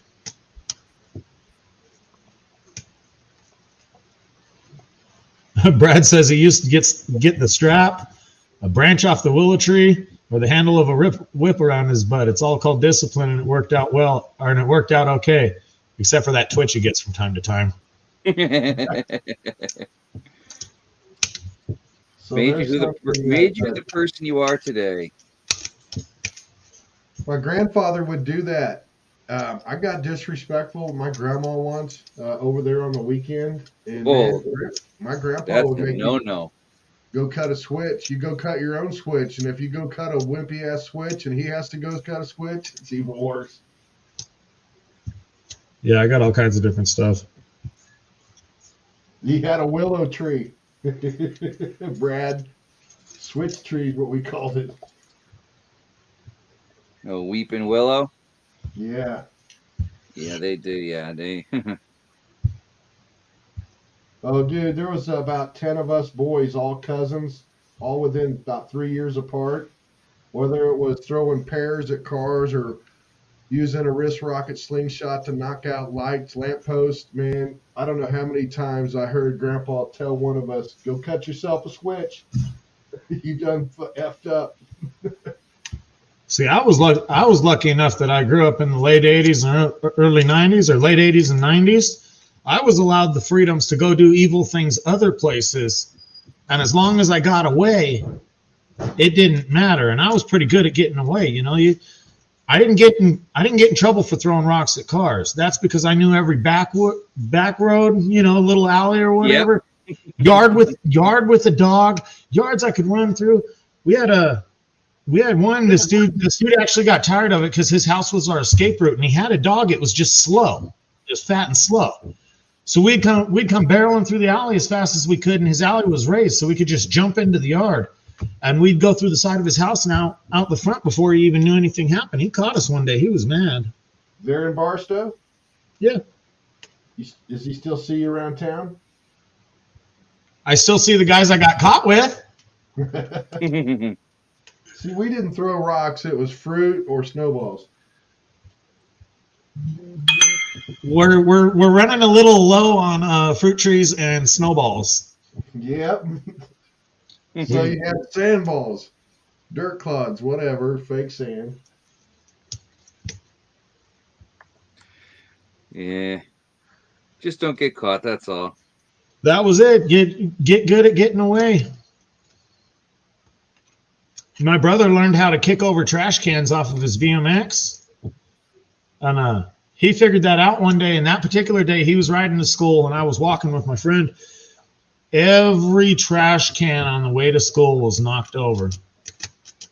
Every single trash can. The neighbors were out there picking it up. That wasn't me. Wasn't me this time.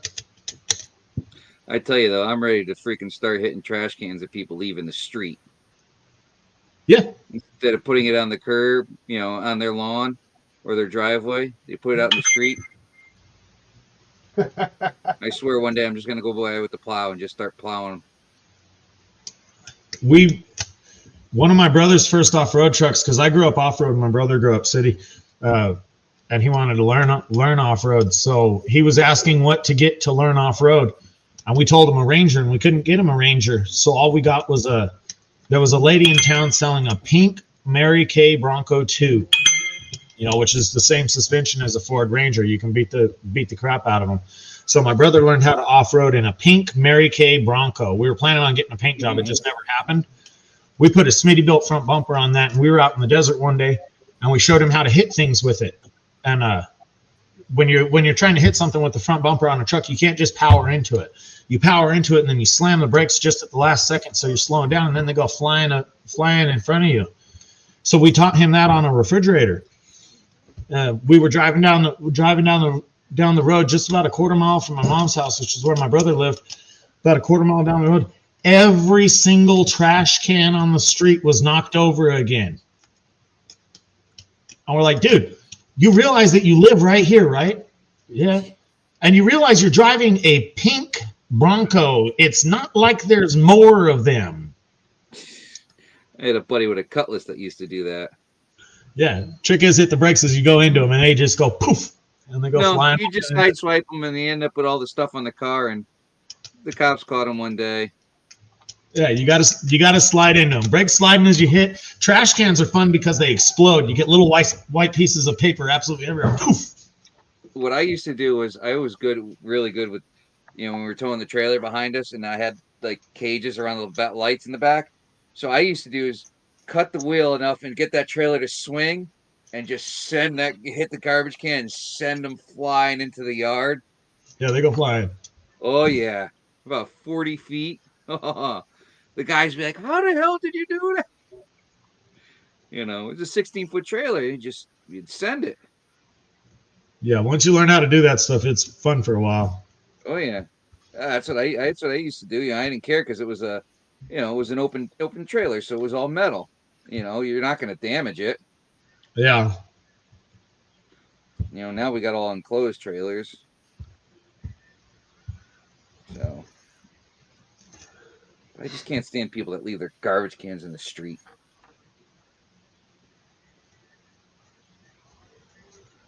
I see some more shiny in here.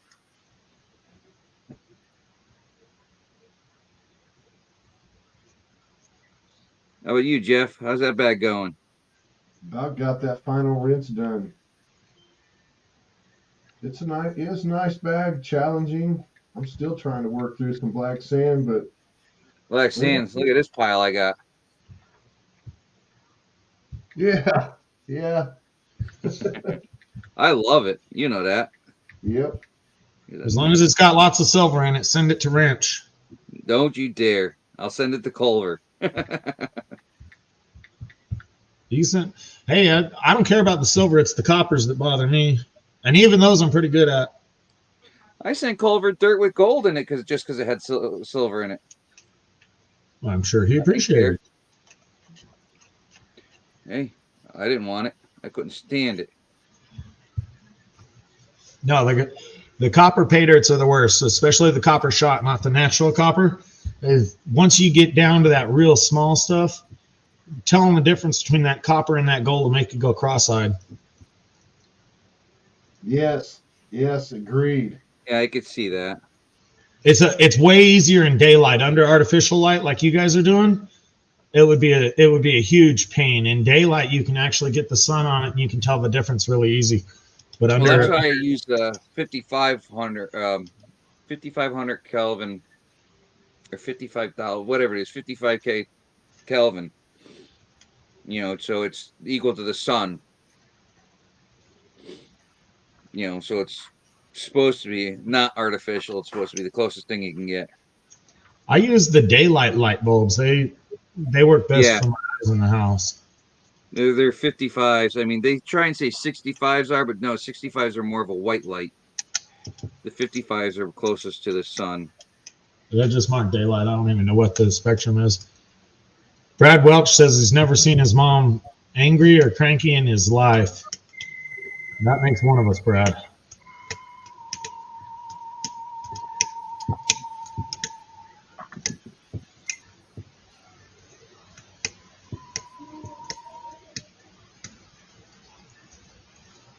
You got Joseph the itch in the pan now. Culver knows that. He says that stuff is a pain, but super relaxing at the same time.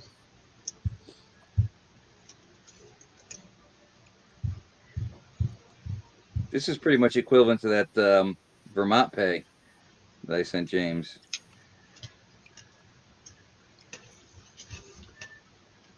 How many years you been panning gold, James?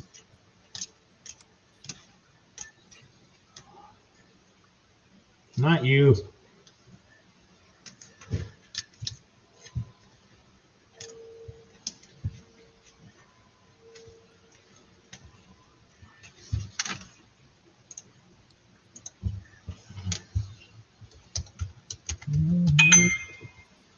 Ding dong. Yeah. Sorry about that. I don't give a shit.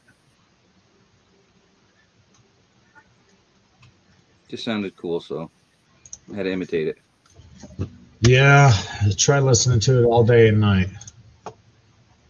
Then I That got doesn't bother me.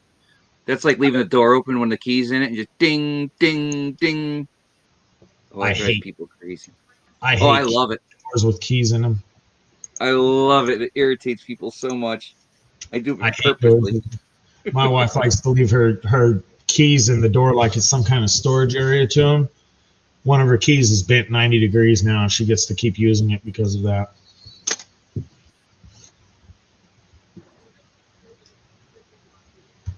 I hate that. I'm a very irritable guy. James says 25-ish.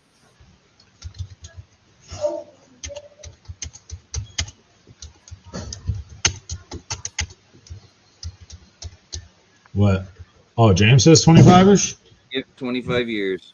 And how old is Culver? Like 38 or something? I think he's 42.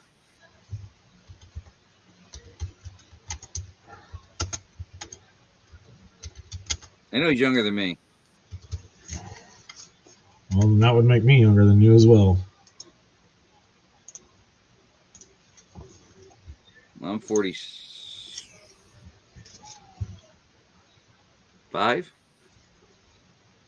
I'm 41. They've just been hard miles.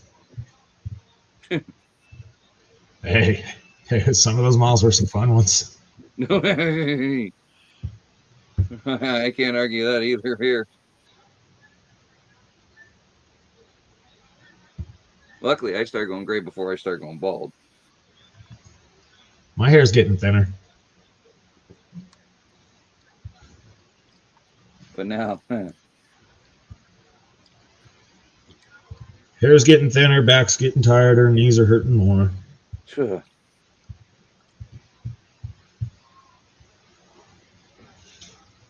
it's all getting old.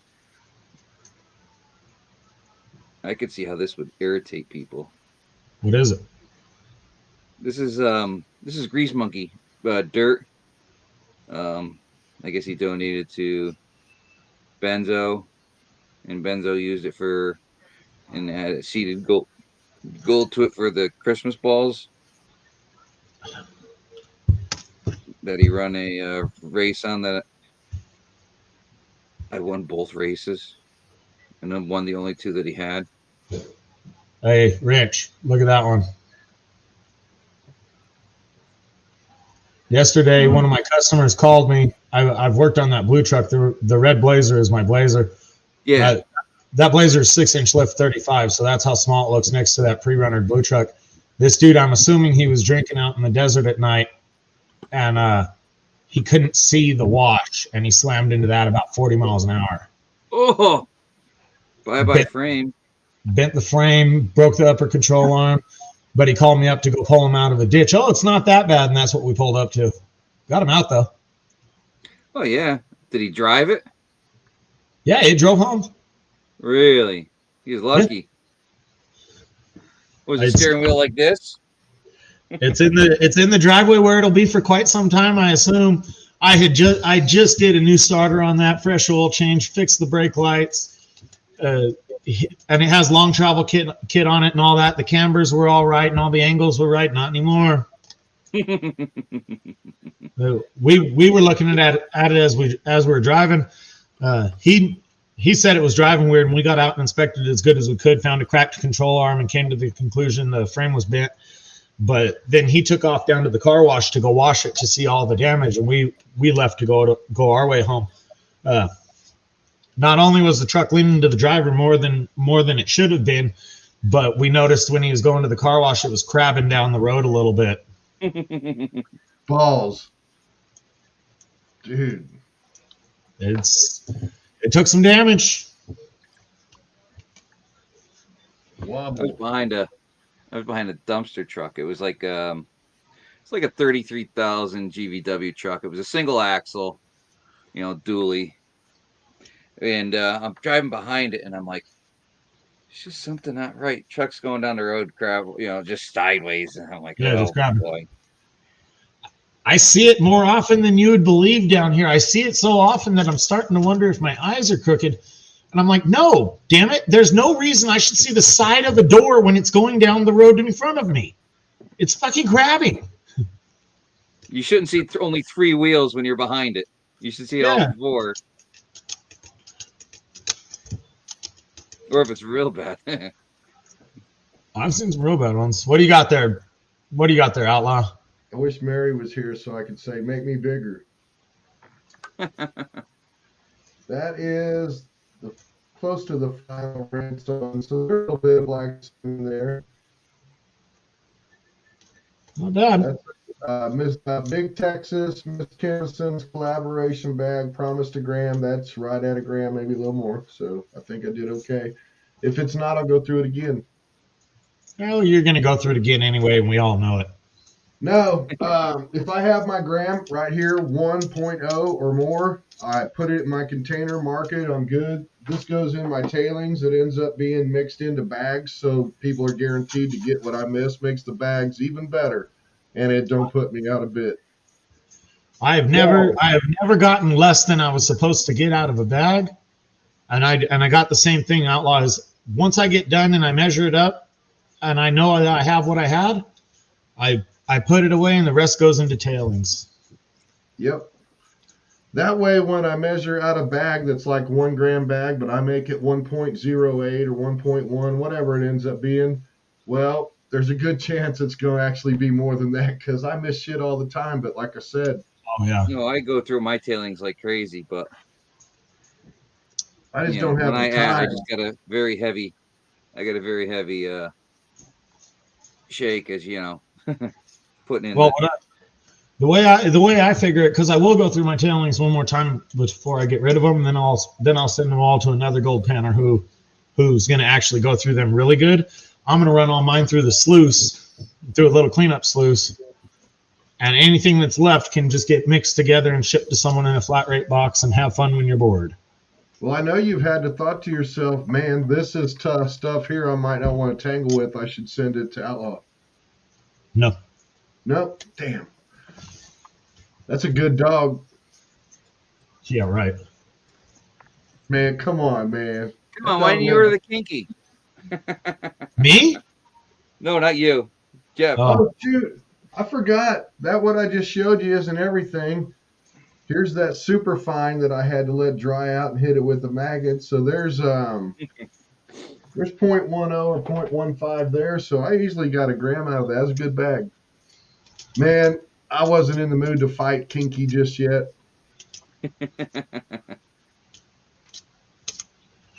If you're going to do the kinky, Outlaw, your best bet is to learn to dry pan. So take all your smallest gold there and mix it with your smallest tailings and practice that, because You won't beat the challenge. Very few people have. Well, I have been practicing quite a bit of dry panning, especially on the fine stuff, because I found a couple of techniques, Zach, now that you bring it up, where the angle of the pan and the tap and that certain shake to help separate that black sand a little bit and just get it a little at a time. Yeah, maybe I'm going to once in a while get the littlest speck of gold that I get that's gone, but man, 1,000 of those won't move my needle anyway. So Have you watched Vendetta's video? No, I haven't seen it yet. I think I saw. Well, it's a couple years old. Give me a minute, I'll find it. Well, I think here by the time I finish a couple of tough board bags I got, I'll get to where I can knock out. How much pay dirt is that kinky? About the same pound and a half. What About a pound and a half bag. bag? It's about an ounce. Oh, okay. Oh, it's flour gold. No. It's talcum powder gold. Flour gold's easy compared to talcum powder gold. Doesn't it all want to just float away? You No. got to do it dry.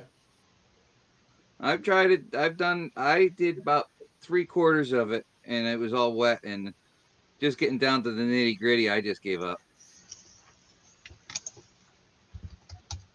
Get back Yeah, on that's what most people get is about 3/4 of it. I'm having trouble finding it. Just type in Vendetta Kinky. I did. I'm on his channel and I'm searching it, and I'm not seeing the original video of him killing it. It's probably not in the title or something. That's why you just straight up Vendetta Kinky. That's the search I did, and I think it was like the third one down. Yeah, but I'm looking for the dry pan. Yeah, that's it. just want empty bags. There's still gold in empty bags, a little bit. Oh no, That's why I rinse save mine every out. bag. If I get a mine too, and remember, I usually rinse it out. I do probably have 50 bags in my shop downstairs that have never been rinsed. Same here. I've rinsed maybe one bag out. I got all the rest. I've rinsed them when I dumped them out. Not good, but Nah, I didn't even bother. it doesn't really matter. Everyone I've bought from or gotten dirts from has been so good that I've always gotten my guaranteed amount plus. Oh yeah.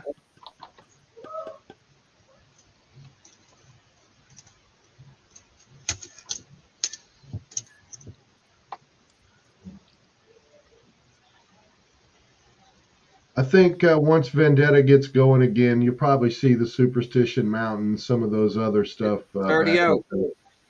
Superstition's out? Yep. Anything else?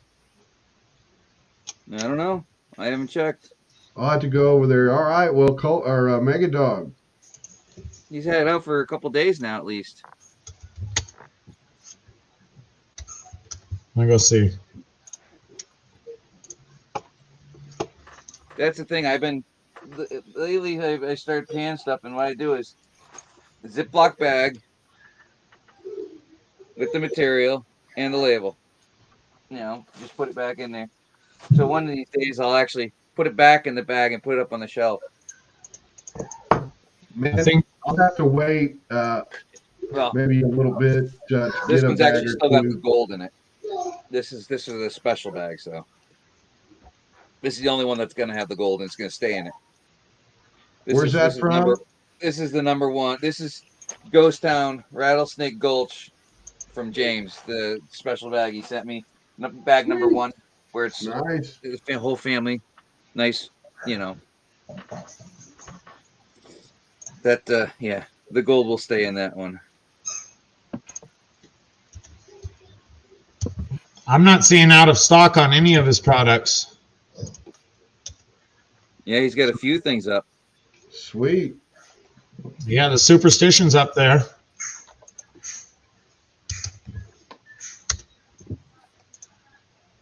He's got 8 of the Superstition 1 gram bags in stock.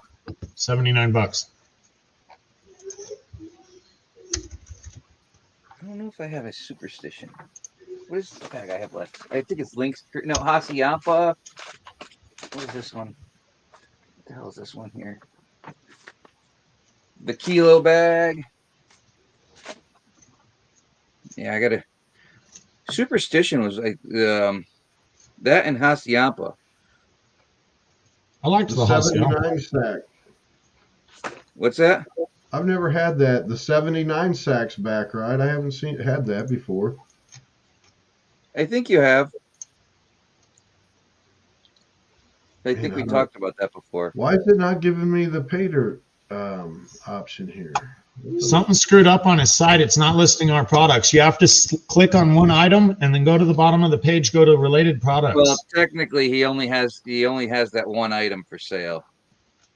No, but when you go to I any know. other one, you type in quantity. See, I I don't know got if that's the 79 sack. I typed in quantity of 11, and it says only 3 in stock. really. And Yeah, I don't check see my quantities. no superstition. It's all Hacienda. I see. No, I got Superstition up on the page right now. I think he had 11 of these. Or no, I typed in quantity 11 and hit add to cart, and it says only 8 in stock. Oh, superstition. I see it now. Thank you. There you go. That's like Thank when you. he first went out of stock with the kilo. I was like, I sent him an email and he said, "Dude, can I get one?" He's like, and it was through Patreon. It took forever to go through because Patreon now sucks with the app. Oh, But T-Rep. he came out with a second batch of them. T-Rep. Hey, T-Rep. Yeah, he came out with a second batch of them. I was happy. Yeah, I'm gonna wait probably a little while to buy anything. Shit, I spent a few grand just since the first of the year. Oh my God, I don't even think. Probably I more know. because the other day, man, I found something I couldn't resist. It's my first big kind of specimen nugget. It's supposed to be here maybe Saturday, Monday at the latest, and then I'll show it to you. But it's like a 12-gram nugget, dude. Oh, Jesus. It's from. You're sending me a 12-gram nugget? Oh, I can't make that gift back up to you. You'll find a way. Hey, look here. It's from the Golden Triangle, Australia. Big old chunky nugget with a little bit of quartz embedded here and there. Yeah. It's a dandy, as we say around these parts. It's a dandy.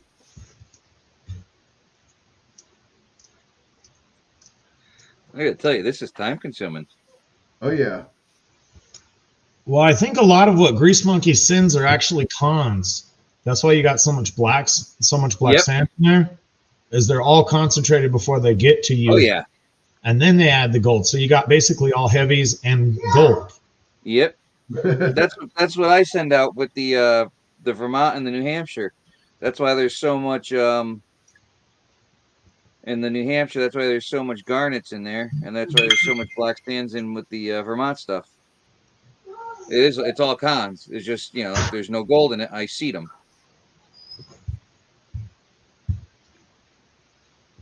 Because otherwise, it wouldn't be worth it.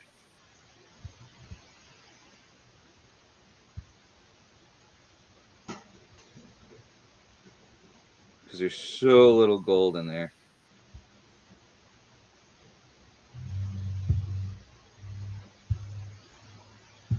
I didn't even bother marking the vial I put the New Hampshire gold in. There's so little.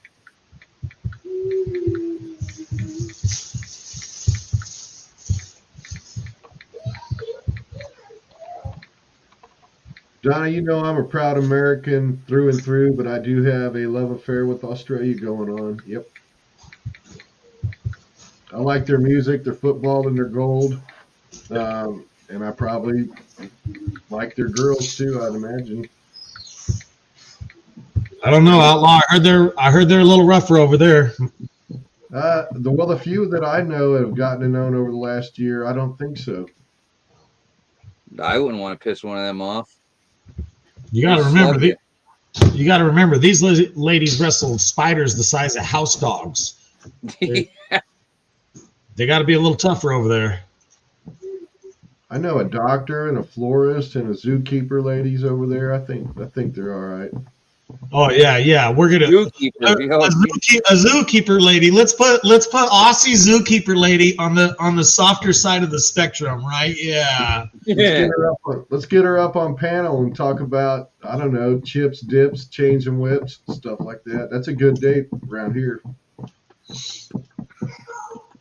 You'll be on the next episode of Crocodile Hunter. You see, mates, this here is one of them American iceholes. We went ahead and tied him up. Good night, Aqua Donkey. Steve Irwin, rest in peace. One of my favorite humans ever. One of the Night, best Aqua people Donkey. to walk the earth. Irwin, man, that was a good dude. He made good shows, and he was good at what he was doing. Yeah. He did. You woke Brad Welch up. He had to call off whatever machine he was running. Did someone say whips and chains? Yep. And then you might have heard me talk about Steve Irwin being one of the best humans to ever walk the planet. Rest in peace. That was a good dude. Hey, Brad Welch, so that's a saying around here, like a good party's going to have some chips and dips, chains and whips. It almost looks like there's some crushed pyrite in here. I know Donna's messing with me.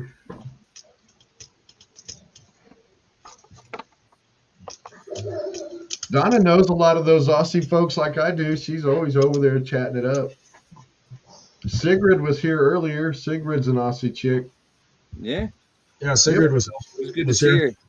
Sigrid's good people. Allie Gal, she sent me some Tim Tams and some beef jerky from Australia. Hey, I don't know if I showed you this, dude. Zach, I showed a few others. I haven't opened it yet, but I got it from England, Australia, from my buddy Roger. This is what I got going on. Coffee, Vegemite, and a cooler cup. Oh, Vegemite. I've tried A that whole stuff. jar, once probably. before. Knowing him, it's probably a whole damn jar. Are you No, gonna I eat it just on got the one that came in there. I'm going to try it on a live show. Sunday? And then I got something to Do it Sunday so you can wash it down with some beer at least and have an excuse because it's football season. Sydenham or Sydenham, Australia. I tried a Vegemite candy or something from Australia once because I do the snack crates of where it's like snacks from around the world. Yeah. Oh, and they sent me something with Vegemite. Ugh. Well, my I have wife, no idea what this is.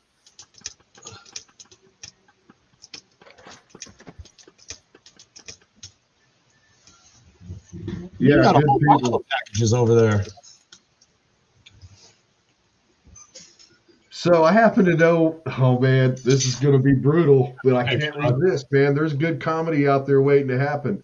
I know what a yeast infection tastes like 1,000 times over. He said it Where'd that tastes like come a from? yeast infection. Well, man, I've had worse. Who said that?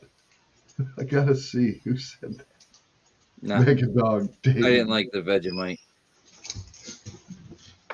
Oh, Plus, I Donna, got that little know, package absolutely. that little packet that freaking what's his name sent with the Aussie bag I got from him, Gold Nugget Sales or no, yeah, GNS.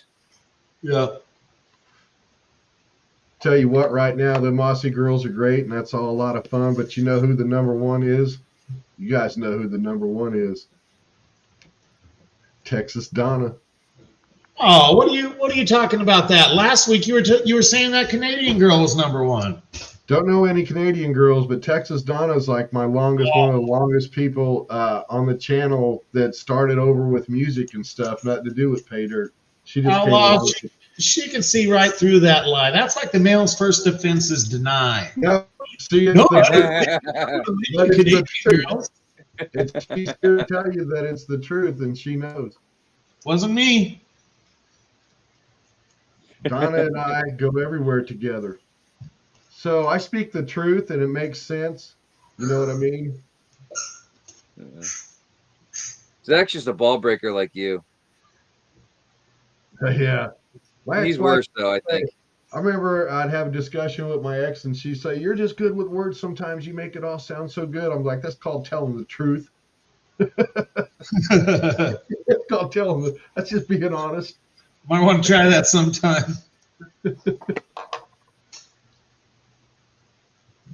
Yeah, see, me and Donna and Megadog all kind of go all the way back to the start of the channel together on the music side.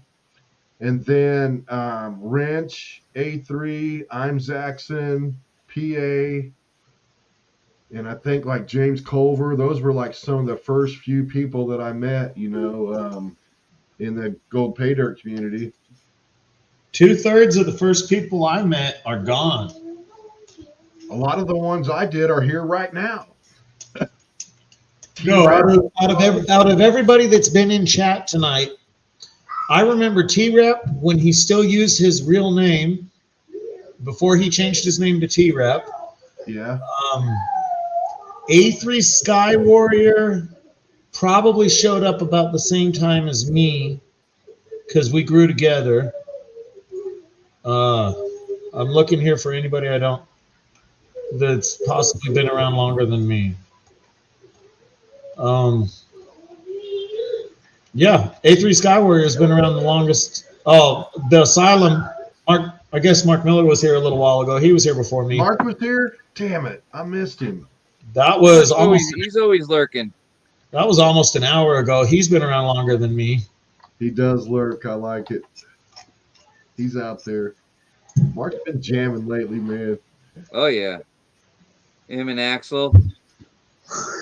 Yep.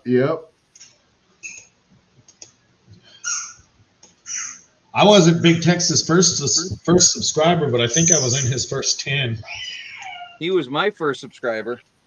Probably. You shared the love. I was a lot of people's first subscriber. I don't know if you met Michael Wrench. Michael was. No, I did not get to. I guess he was sick when he was MIA before he passed.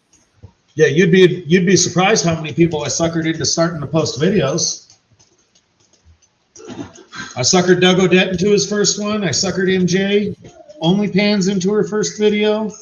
Mr. Minix, Michael. I don't know. I might have been harassing T-Rap, but I don't think I suckered him into that one. Got this today. It's probably good stuff. She's tricky. Because I didn't want her to send me anything. I'd send her a bag of pay dirt a while back. But, I'm not asking for anything in return. So she tells me one day, she goes, "Oh, I got a copper round to send to several of us. We were all backstage together. And today I was feeling this up, and I'm like, yeah, that's not a copper round. What's that? That's like a bag of pay dirt or something, man." Hold on. You were feeling up on MJ's package? I was. Good job. Good man. I would expect nothing less. Well, I do. I got to do a field test and see what I think's all about. Asylum. If it's, yeah, there's more in there than. Mark Miller is still lurking. Oh yeah. There he is. I do the same thing. I'll let him play his background noises. That's like if I comment on your video, I watch the whole thing, but I might have been doing my morning routine or something like that. But if I watch them, I try to comment. But I lurk a lot like that. I am spinning some fake flower plant thing that wound up on my troll station. It's been here for about a month and I haven't destroyed it yet. Incredible. I'll fidget with things if I get them. You see Donna's morning up there? I think you did.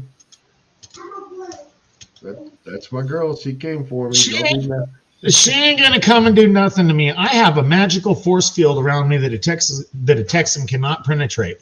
It's called California. You ain't Nobody coming. wants to go there. As soon as you see that gas prices, you cross state line, you'll just wait for me to leave the state. Yeah, that isn't no kidding, man. Woo. It's up right now. It's not its highest, but I paid $3.89 probably 2 weeks ago, and then I paid $4.38 the other day. Oh my Yeah. God! Yeah. I paid $4.19 for 93. And that's what I run. It's about 305 right now, I think, here, 309. For what, 93? Yes. Isn't that premium? I think that's what I run in my Challenger. Or no, I'm sorry, 91. If I want 93, I got to go up to the BP station. They got the pump with 93. You're right. Every place around here pretty much has 93. Not here. You Oh, got to it's go. 80, 87, 89, and 91, Wrench. Yes, that's it. 93, you got to go to BP and get that. The 91's about 309 a gallon No, right no, now. I get 93. I get it at the Sitco Yeah, we don't or have the that. mobile. Quick They were trip. doing the 91, but A lot of QTs here, and they go 87, 89, 91 diesel. Miller.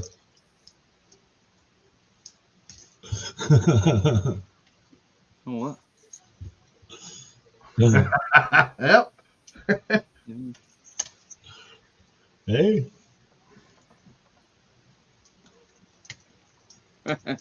Except you, Zach. We know you're not a fruit or a nut or a flake. Oh no, I'm crazy as fuck. Well, that's crazy, but that's not fruit or a nut or a flake. Well, maybe a nut. Could be a little nuts. Is all your rain gone? Is everything out of there? Yep. PA, we've been looking for you. There he is. Finally showed up. We've been going for what? 3 hours waiting for him? No, almost. 2 hours? Like I said, I felt bad. I missed his Sunday.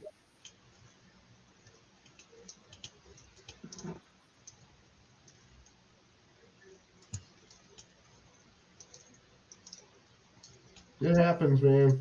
Mm-hmm. What's up, Dan? Culver says the corner store had 85 for $1.78. 85. I never even heard of getting 85 gas, but Is that like some ethanol or so? What is that exactly? no, 85 would be really low octane. He probably means Low octane? oh, PA's been making some sluices. Oh yeah.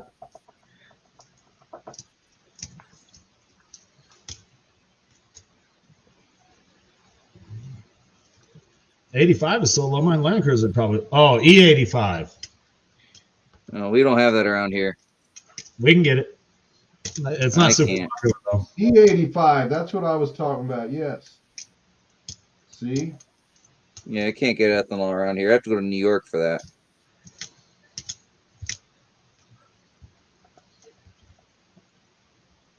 I've never driven a car running on ethanol. I've worked on them though. Right.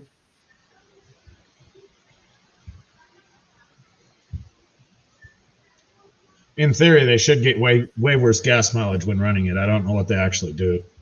Yeah, All 'cause I- it uses more, but it burns cooler. Well, they have a little BTU scale. You can pull it off a line real easy. The BTU and fuels, obviously, JP8 is really high up there. Diesel's really high up there.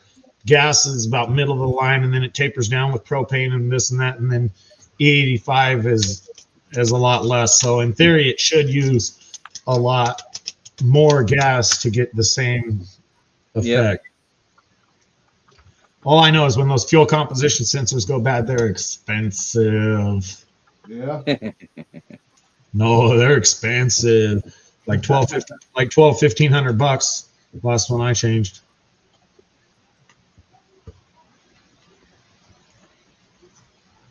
Oh, Culver says up there they have 85, 87, and 91 because the air is thinner, so they don't need the higher octane. Right. But what about on the turbo cars, Culver? Yeah. Just 91, I guess. There we go. Couple little specks in there I can't get out.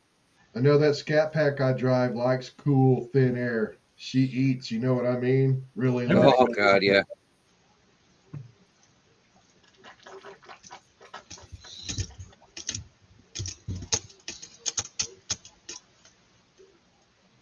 You know, that Land Cruiser I drive doesn't care what air you got. It's just slow.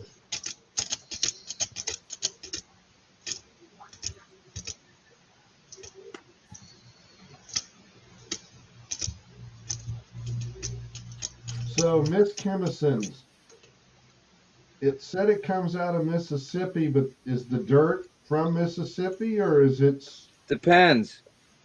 Alaska? What? Because didn't I see something where they were from Alaska or something was from there? Or am I mixing that up with somebody else? No, the gold comes from Alaska, but the dirt comes from wherever he gets it from. Sometimes here, sometimes there.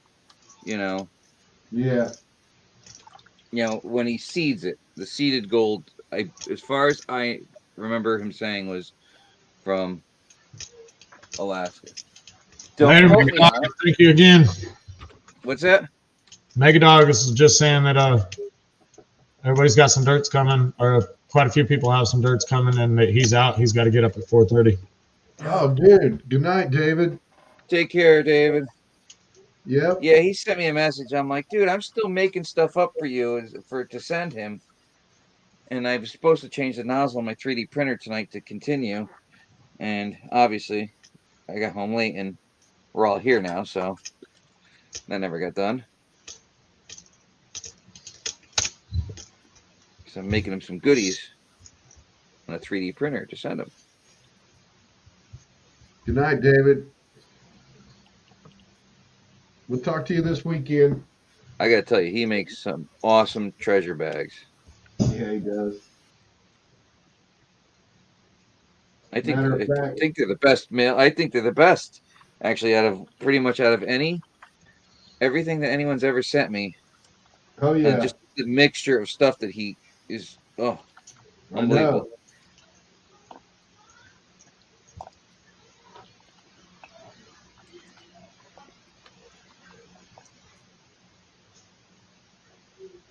And the new sticker is awesome too.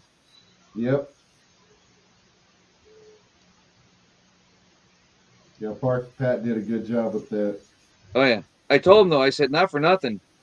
The cartoon graphics you do are awesome. I said, don't stop those either. I mean, the sticker's great, but when you do something special like that, dude, that's like the cat's ass.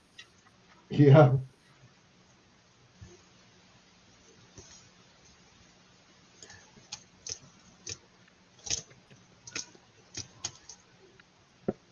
I'm back in just a second.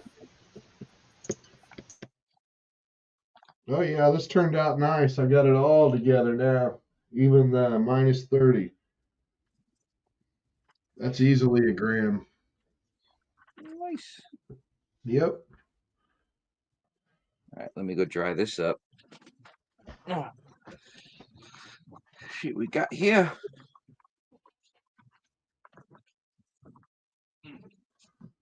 Catch up with some Dan and some Donna.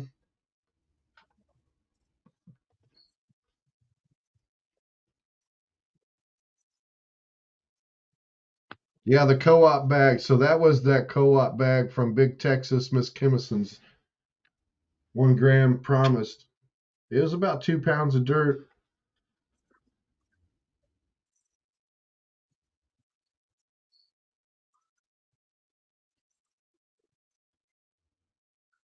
It's still damp, but I can tell that's easily a gram.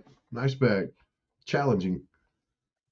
Thomas 907, what's up, brother? Man, look, he completely stepped away. I always tell him, man, I'll start giving your shit away when you do that.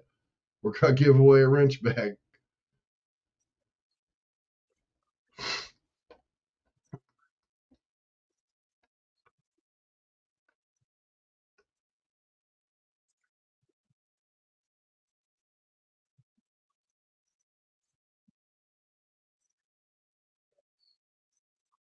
907, did you get Mega Dog's package? You got something coming.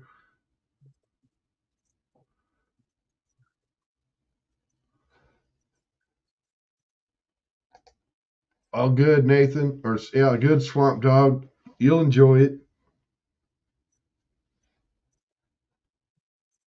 Some may have gold. Yep.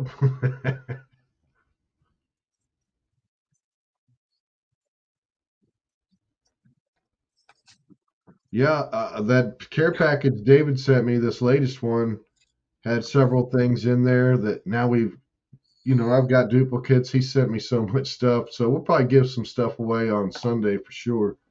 What's up, Mitch? Rusted. Dang, John, if you'd have stayed gone just a little longer. What are you trying to give away of mine now?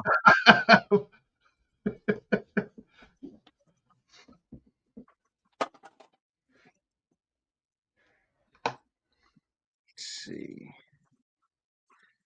Oh, yeah, PA. I think PA bought a sheet metal handbrake. I got to go over and check it out. Nice. Being a sheet metal worker, I dig that stuff. I remember him talking about it. About wanting to get one. He says, man, he won a wrench bag while you were gone. Oh, whoa, no spillage, no spillage.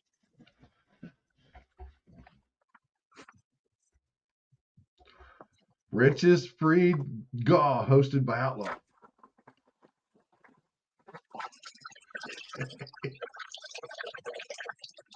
There we go. What's that? We were just having fun in the chat. Oh, Wrenches Free Gaw, hosted by Outlaw. All right. Let's check out. Donna, I'm just drinking iced tea. Is that okay on the cheers? Good stuff, too. I make it myself. Just a touch, just a littlest touch of sugar. I don't want it sweet, but just a hint.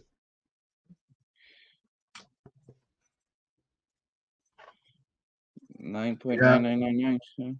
Dan said it works well. He's making sluices.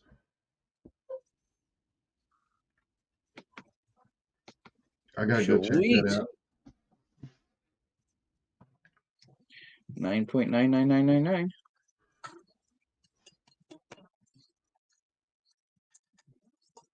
What was that, John?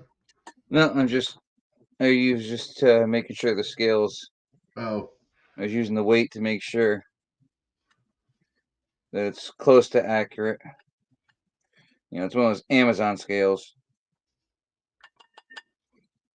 Swamp Dog said, I got all the metalworking tools and sheet aluminum raw stock. That's awesome. Yeah, dude, Swamp Dog, I'm a retired union sheet metal worker. As an apprentice, I worked in the shop a lot, working all the brakes and the presses, the different rolls. Also worked the glue bench. Rusted, hello. Right? It's good to He's see back him to back and civilization. doing his thing, ain't it? Good to see Mitch.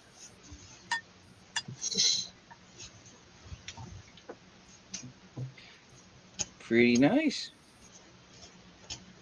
What'd you get? Definitely over. Way over. I believe they're at half gram. Let's see here. Oh, Not yeah, bad. I think you're right, dude. Definitely way over a half gram.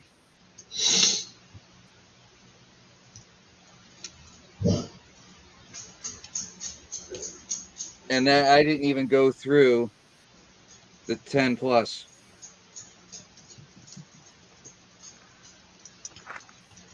Didn't even bother with it. Well, I might recommend bothering with it. Oh, Swamp Dog knows his way around the sheet metal shop. I definitely will. I mean, not tonight, obviously, but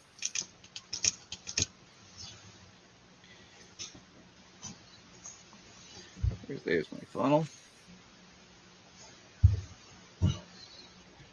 Very, very happy. So on mine, when I make mine down at the shop, I'm going to make sure that, and I'm sure that when they're machined or milled, if you're mass producing them, they've probably got smooth edges. But for me, going and cutting raw stock, what I want to try to do is with my brake, is you come all the way over 90 and then put it back in and bring it down flat and create that like 3/8 hem. So you have a double edge hem on your edges where it's not sharp. You know what I mean? I wonder if they fab them like that anyway, or if they're just machined with the smooth corners and edges. Probably just machined it, probably a lot faster for them.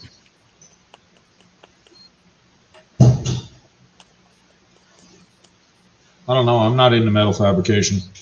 Or you could just take your raw product and, you know, if you were that worried about it, I guess take a grinder or file and smooth some of them edges real quick. I was just thinking, because if I go down there, I'm going to get into it. I'm going to be breaking it up. I'm going to put a hem on it, cross break it, you know, do some different crazy things. I'm cross breaking that inlet, that mouth, that wide mouth. I'm going to cross break that. Nice. There you go. Yeah. Very happy. That works. Very happy. Add it to that other pound of gold you got on the shelf behind you. Yeah. It's only. Yeah, I'm out. I just did my last bag. Oh, wait, I got mail from Vendetta.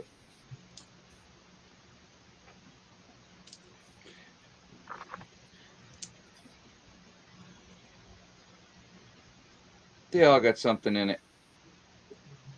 Nice. Ordered a bag of Big Red from old Gold Nugget sales, that red Australian stuff. Got some really nice, definitely flat. Definitely tell from the river. You can see how flat that stuff is. Come on. Right. Yeah, when I get Is that considered leaf gold? That's super flat in there. Cool. Very thin and flat. You could definitely tell it was in the river for a long time.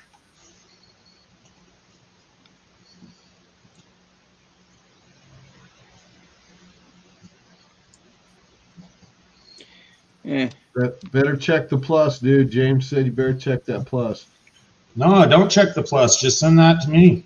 Look, you already got more than you were supposed to have in the bag. There's no way there could be anything in there. Throw the rest in your tailings and make us all up some bags. Come on. Yeah, just toss it in there. No way anything can go. Woo! I think the other thing I'm going to make up is another drink.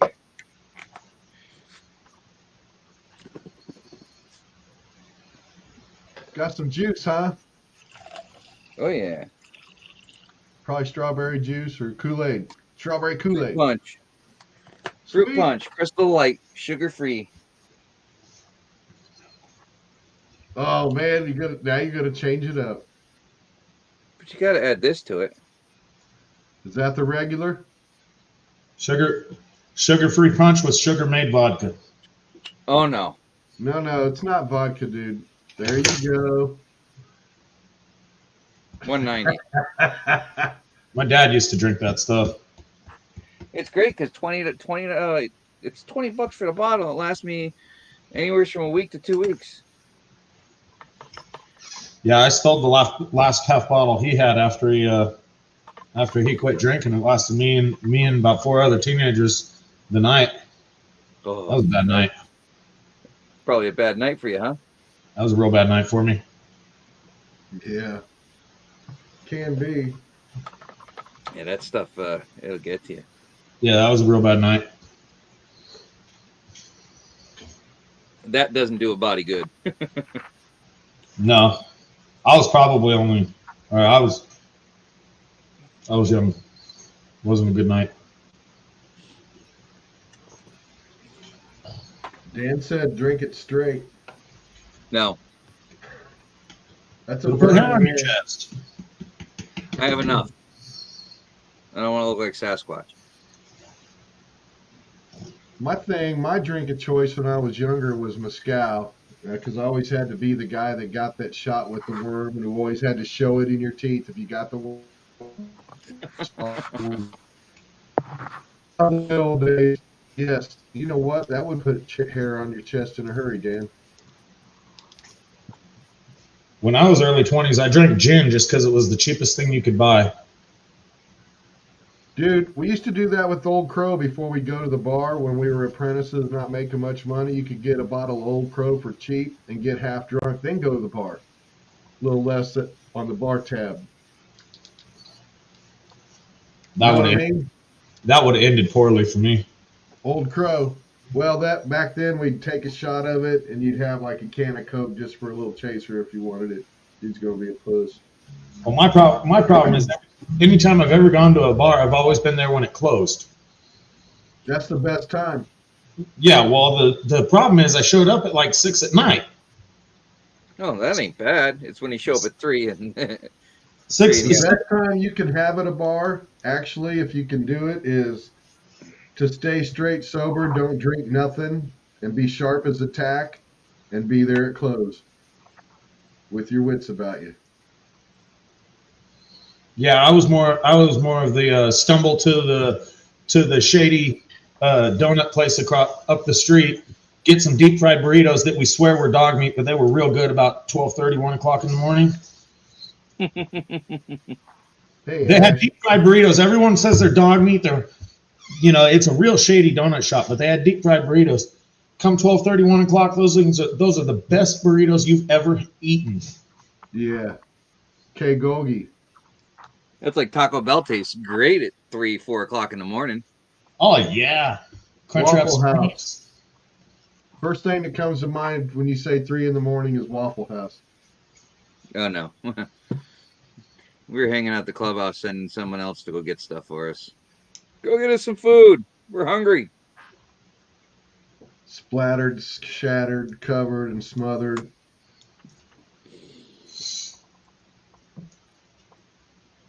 No, it was a Chinese-owned donut shop, though, Swamp Dog. It was a Chinese-owned shady donut shop in the crappiest part of town. But that particular bar was the only one that was... Everything else was a club with boom boom music continuously. And that was the only bar where you could play some pool and darts and a lot of military people there, but we were that age, so it didn't matter. And so that's where we were, and it was just where it was. Grand Marnier. Whew. Swamp says, "Yep, definitely dog then." Yeah, no dogs or cats to be seen anywhere. It was some good dog, and it became the routine that I was always the one who had to stumble up to get the dog because everyone else was too embarrassed to be seen going in that store. So Dan, he knows exactly when it comes to taking care of yourself and dealing with the women, being straight as a board and sharp as a tack at 3 a.m. is a good thing. Oh, Terry. Yeah, I'm done with all of that. Oh yeah, years gone by now. Only memories remain. Oh yeah. They can stay memories. Well, everybody talks about the good old days, and I think back to myself, I'm like, they weren't really all that good. Many of them ended poorly. But at least you didn't get in Far trouble for it. outnumbered by the ones that ended I great. got plenty of trouble. You learn from it. I was a maniac. One of the best things we learned? Don't park in the car, park next door, and leave at 1:30, not 2 o'clock. 3 questions I always had in the morning following those nights. What was your name? How did I get here? Is my truck in the driveway? Blackout drive, dude. Not knowing how you got home, who you're with. Those are memories, man, that I cherish forever. Especially when you're alive to have fun and joke about it the way I do. But did you have to wake up to gnaw your arm off? I usually didn't get into those situations. I like I said, I would not get terribly smashed, or I'd even be straight as a board, so I could handle myself and make good decisions. But there was this one time. At band camp. It's everybody's had it happen to them. You make a bad decision. Oh yeah. Most definitely. Yeah, Swamp. PA's got it. Always park far away. Yeah, good call.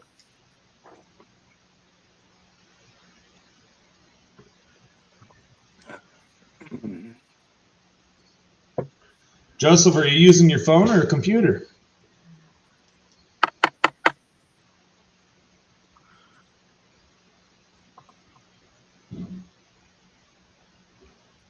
Well, fellas, I'm going to have to get this mess cleaned up and take care of a few things. I still got freaking clothes in the dryer. All right, Jeff. It was good to see everybody. John, appreciate you allowing me to have some fun Oh, with you Jeff, guys, come on. man. Always a blast. You're always welcome.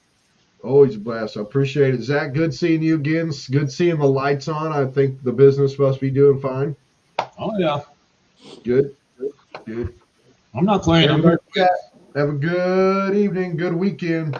Later, Maybe man. I'll see you all Sunday. Yeah, Joseph. You might look into one of those cell phone boosters if you're kind of remote. I know they're kind of expensive, but I hear a lot of people say they work good. Some work bad though.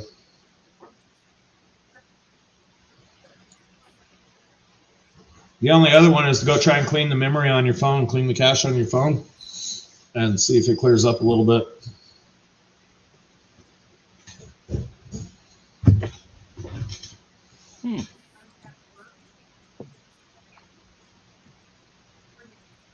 All right, Culver, we'll talk to you later. Wow. It appears that all your crowd is going to bed. Oh yes. I'm going to finish this drink myself, and then I'm going to dig into some veggies with dill dip. Hawaiian punch drink with veggies. That just doesn't seem like a good combination. It's Crystal Light sugar free. What, are you diabetic? No, I just try and help watch my weight. There you go. You know, I already got a round enough figure. Doesn't need to grow anymore. You don't want to figure eight?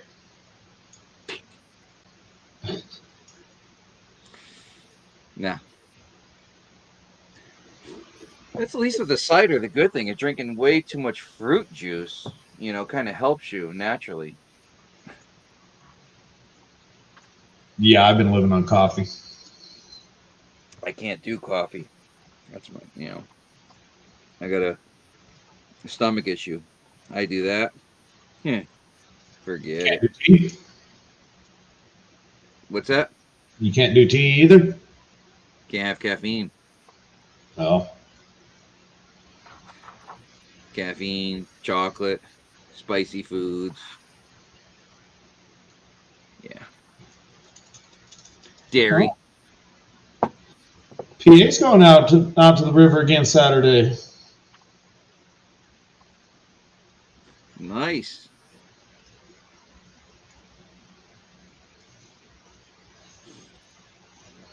One of these Sundays I'll have to make it out there.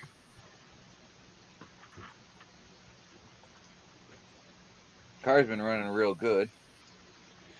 I just gotta do an oil change on the damn thing. Probably 700 miles over. Later, Rusted. I wouldn't do that on a turbo car. I run really good oil, so I'm not too worried about it.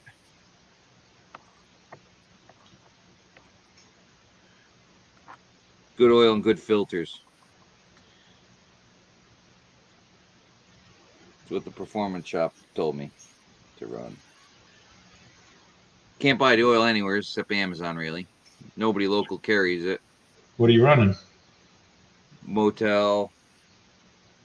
Oh, the Rotella? Modal or what? No, Motel. MOTUL. Oh.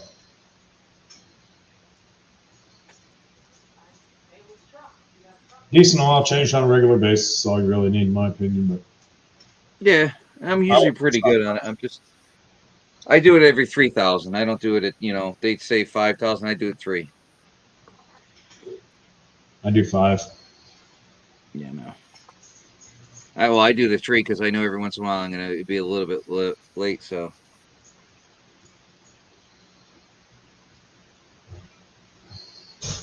Compared to the oils and the contaminants we had back in the old days, it's like my newer family car. The recommended service schedule is 10, which I won't do. Yeah. But if it's fuel late, I don't worry about it. Later, Brad.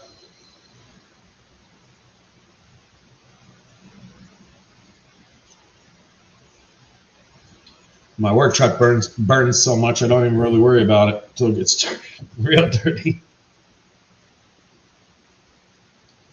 what's that? My work truck burns so much oil I don't even worry about it until it gets real dirty. What's up, Brad? What's up, John? Hello, Brad. What's up? Not much. How you guys doing? I'm good. I'm doing. Check it. Got Just relax. the Flower Gold Wizard Smooth Flow header box. I gotta print one up. I gotta see if I can print one for my. It looks I good. like It's nice because I have the Prospector's Dream, the 6-inch header box on their 6-inch by 48 sluice, but I don't like to have a lot. Joseph.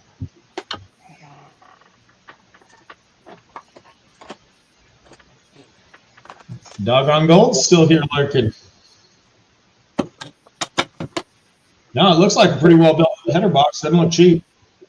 No, it's really nice once you look at it, like it just clips on the bottom, supplies through the bottom, and it just makes it get real flat. It'd be pretty nice. And I got me a FGW shirt. Now, Wrench, you're kinky. Did you throw that into your tailings, or are you going to try and Miller table that? I'm not sure. I don't have a Miller table. Well, because Brad was talking about his header box that just turned the water into a real smooth flow. That's basically all a Miller table does. Yeah. It's I know Flower Gold Wizards is small stuff. Yeah. Well, no, yeah, Flower Gold Wizards stuff isn't that small compared to the kinky. and then I got a Rigby pay dirt. Yeah, that's Flower Gold Wizards. His poison is it's some fun stuff. But it's nothing compared to the kinky. I've done the poison before. Yeah, it's good. I like it. I'm not that kind of painter, I don't try to search for the nastiest stuff. I like for the challenge. Mark. Good on the challenge. I just like the gold. Well, that too. Oh, so this is crazy, right? When was it? Was it Friday, Sunday night? Sunday night. Yeah, PA stream, I think. I was doing somewhere in Ohio back, right?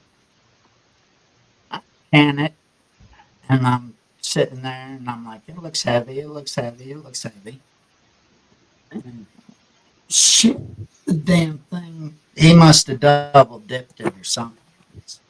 The damn thing is like, I'll have to weigh it. I think it's like 2.5 or something.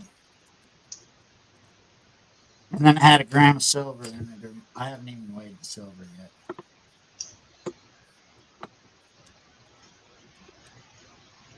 I got some Ohio jars a long time ago. They were decent.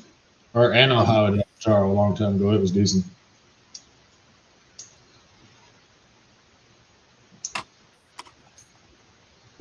Brad, PA was wanting to know what the Flower Gold Wizard's charging for that header box.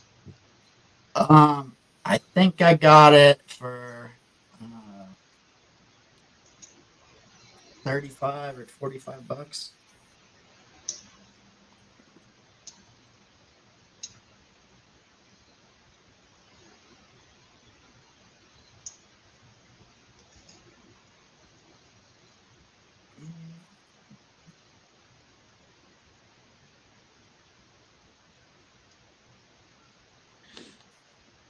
There we are. It was $40.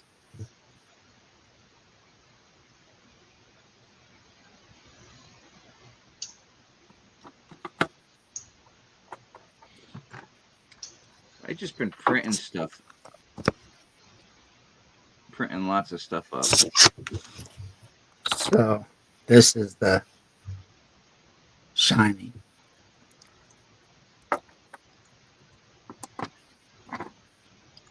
Let's see here.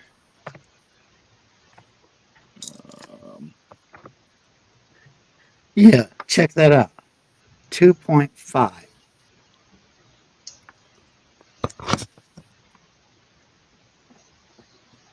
Isn't that awesome? Hold on, let me get back over here. It was only supposed to be a 1 gram bag. Oh, out of a 1 gram bag, that is. It's very nice. $100. I paid $100 for the bag. That must have been a chase bag or something where you got the winner. Well, it wasn't. Whose bag was it? Somewhere in Ohio. I'm gotta do a trade with him. I got a bag. I gotta That's how send much him. silver I got out of that bag too. Crazy, huh? Yeah, he must have had one of those double bags as a random winner or something that you got. He double bagged it or double dipped it, you know. Forgot he filled it and put it in twice or something. Oh,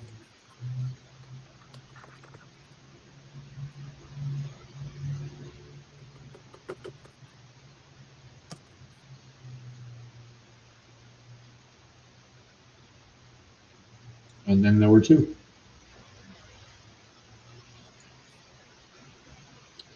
Brad, did you hit the wrong button? Boop. yeah. Sorry. Welcome back. Threw the pan on the. And then this is 2.6 grams of silver.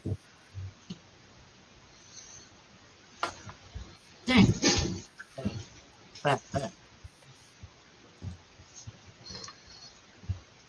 Crazy,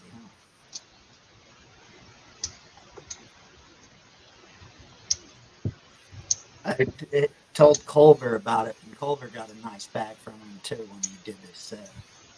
A couple months, about 6 or 8 months ago. I'm not going another winter without making a wash plant. So, John, you made a comment earlier when you was panning that benzo ball. Yep. That was the first benzo bag or benzo pay dirt you've ever done? No. I've done a couple other bags, but I still have like 12 bags of his, and I just can't remember. I think from what he said, they're 1 gram bags. So, but I didn't go through the 10 plus. Got So, some benzo bags. Myself.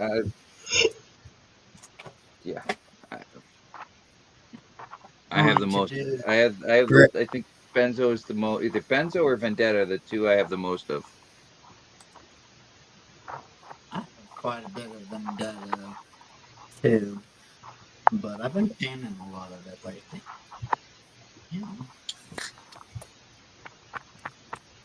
Mystery drunken clay cons. That sounds like fun.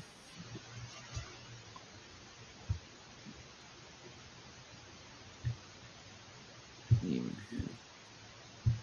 unless I made it to the cons bottle.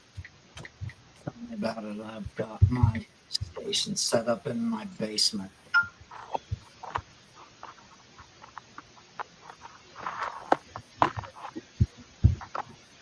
Either way, I know whatever Benzo made it as, it's always been a plus. He's never right on the money. It's always nice or heavy for Benzo. Chunky. It made me want to pan that brick, you know. Oh, I don't talk about my Benzo brick. Why? Yeah, You got one of these. I won't pan that one. That's the custom one. Yeah, but you have one of these ones, right? What's that? The Santa? The chimney one? Yep, I got one of them. I don't even know where it is, believe it or not. Huh. I got the Halloween Nightmare Nuggets. I was thinking about doing that one, panning that one tonight. I got the first white bag can-do after party. Unpossible extended. Another after party. You had one of these? Patreon win. Beach one. No, that I don't have. I got three of his turkey chats, or 2 or 3 of them. But from what I get told, I need to go through the 10 plus though.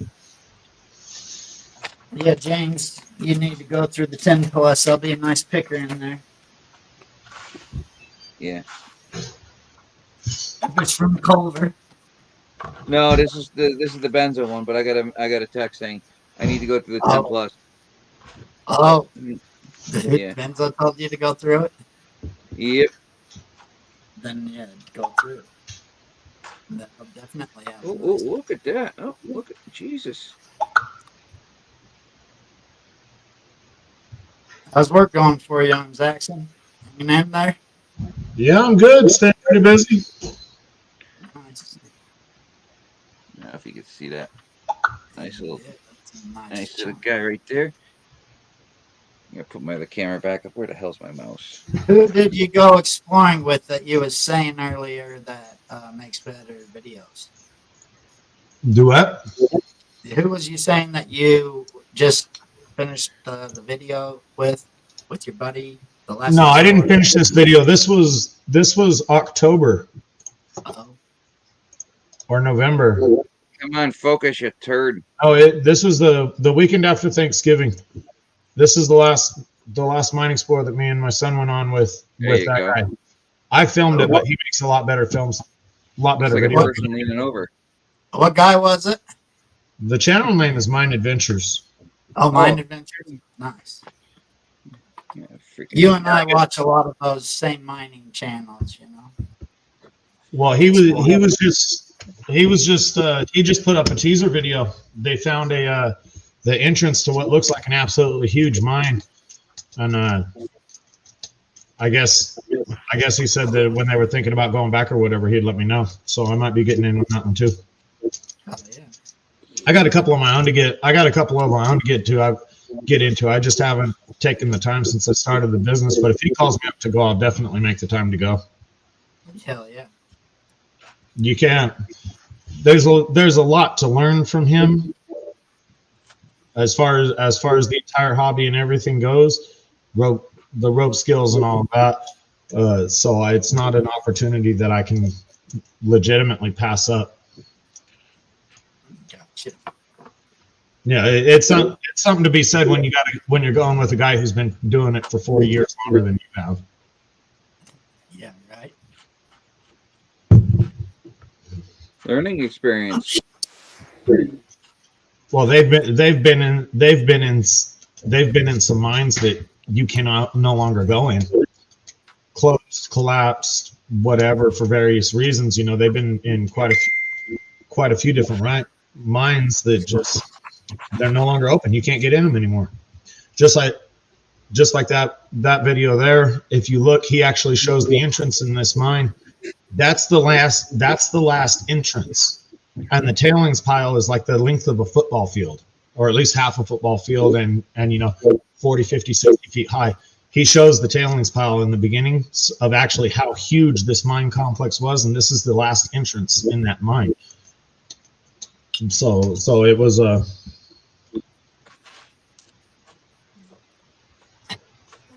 Isn't it crazy how every old mine seems to be built with a beautiful view? Well, I mean, in the deserts, there's nothing obstructing your views. There's no trees or anything like that. Everything you're either on a hill or looking at a hill, and there's nothing in your way anywhere there. So just the vast openness is ever present. What kills me is some of these roads and the work that they did to get to these places. You know, That's some of them are ridiculous. just small adits, like 10 foot.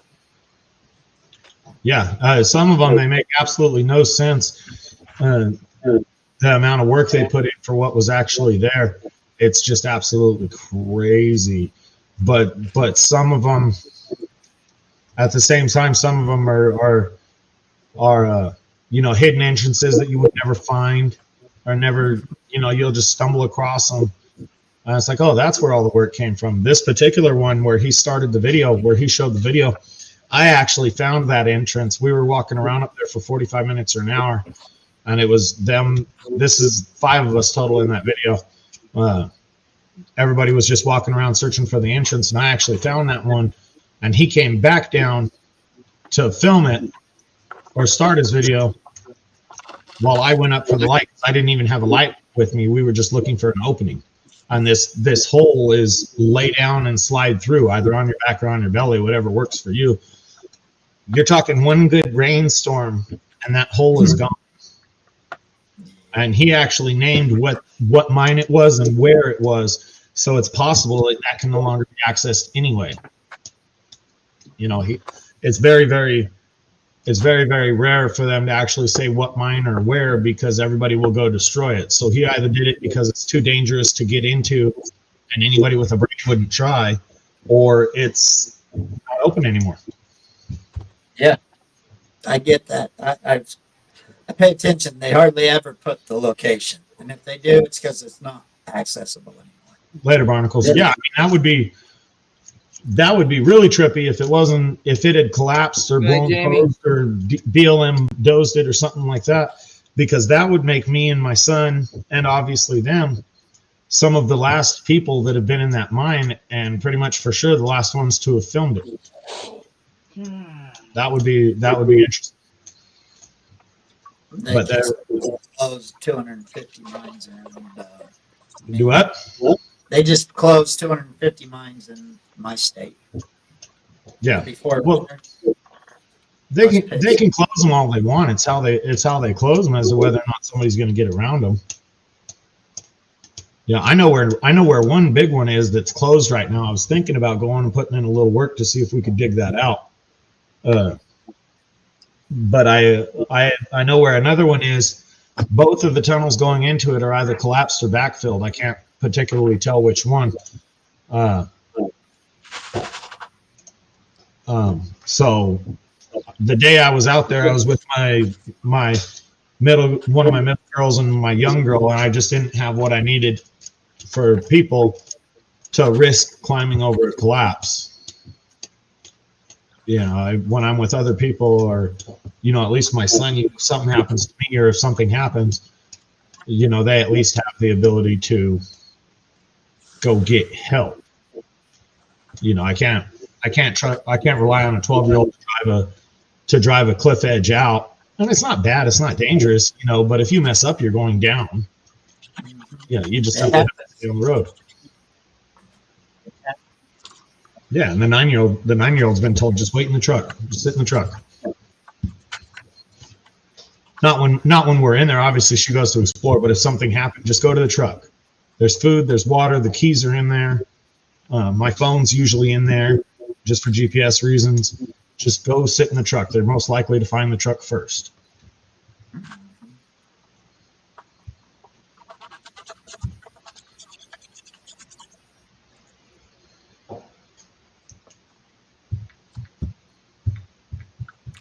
Yeah, they have some mines here in Eureka, Utah that are just miles. Oh yeah. Or-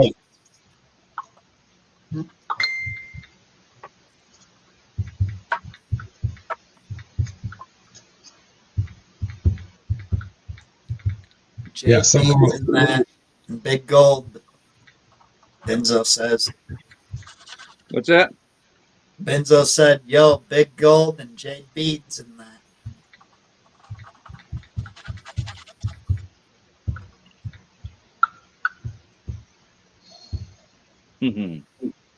Oh yeah.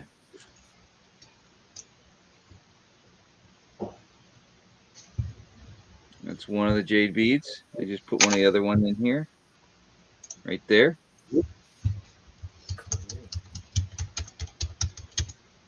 There's one more. I think it's in here.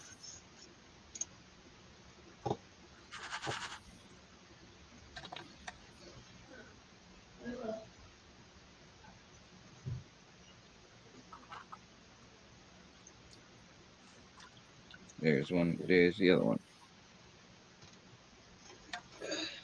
And here's the piece.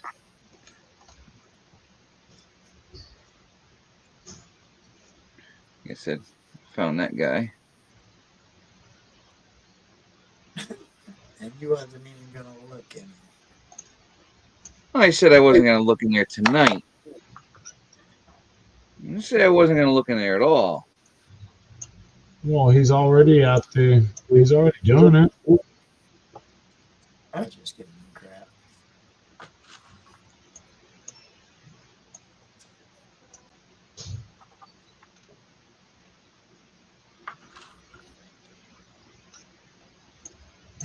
That was a funny little move.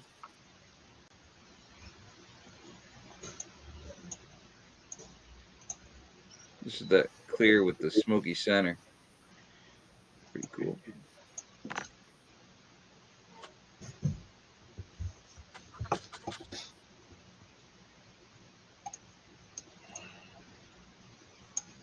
Some bigger guys. What is blue teeth on? What is what? Joseph Knowlton says, "Finally got blue teeth on, running live now." Bluetooth. Oh, got it.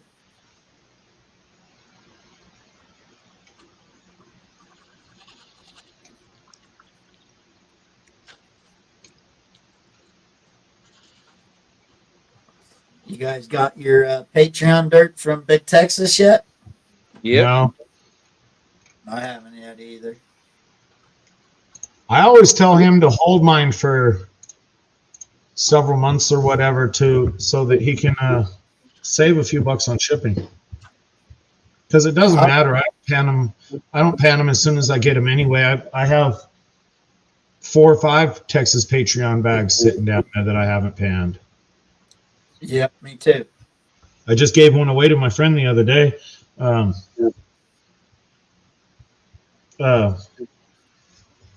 You know, I don't. The whole point of doing a Patreon is to try and make some money. So if you need dirt to pan or you're going to pan it regularly, then yeah, get your dirt. But if you just got plenty and it's going to sit on the pile, let them save $8. You know, send 2 or 3 at the same time. Put 2 or 3 in one bag. You know, let's have a big fat bag of dirt. I'm in no shortage of gold to pan.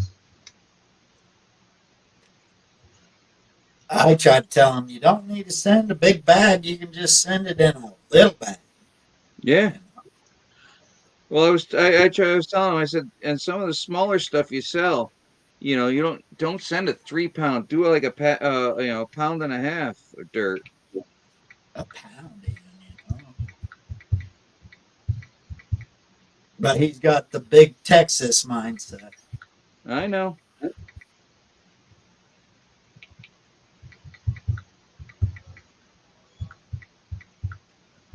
Well, I mean, that's just how he is and what he does, you know. But if you're Patreon and you're going to stay Patreon, I let him send me 2 or 3 at the same time. That way he can actually make some money off of me.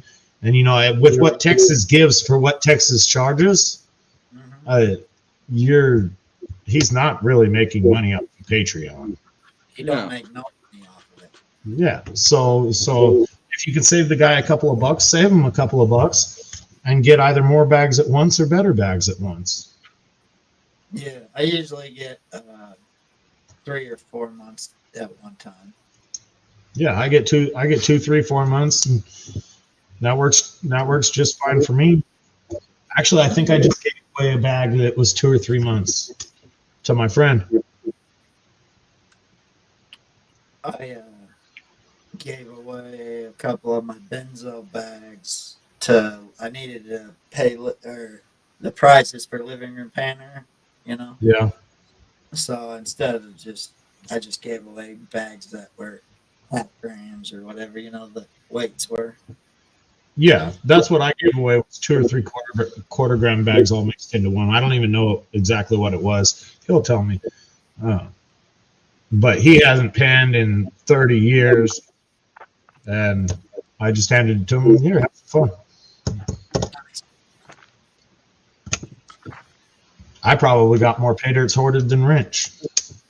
I believe you do. Probably. He's probably got like over 70. No, I don't have. I don't think I have that many. You'd be surprised on Zach's. Then if you I look. probably got 20 or 30. I mean, some of them I did. I haven't even done Gold Nugget sales 105% back from last year yet. It's still sitting in there.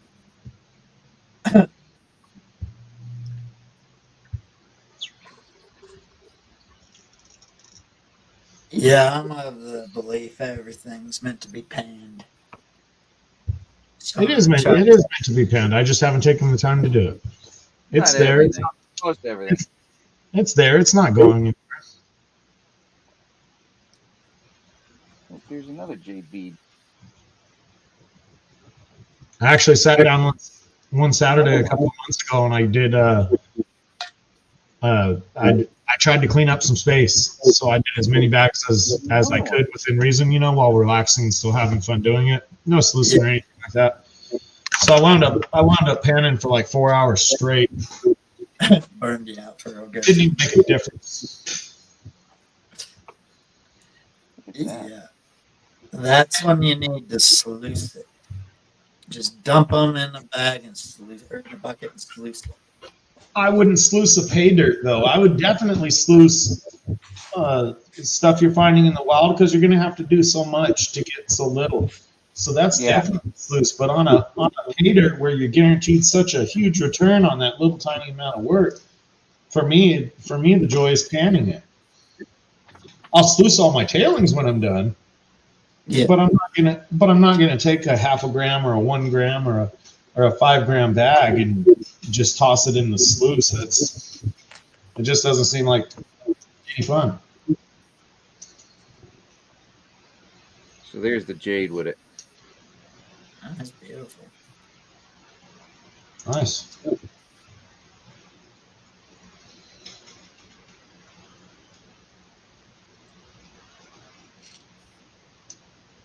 I don't know my minerals, so I don't know, Joseph.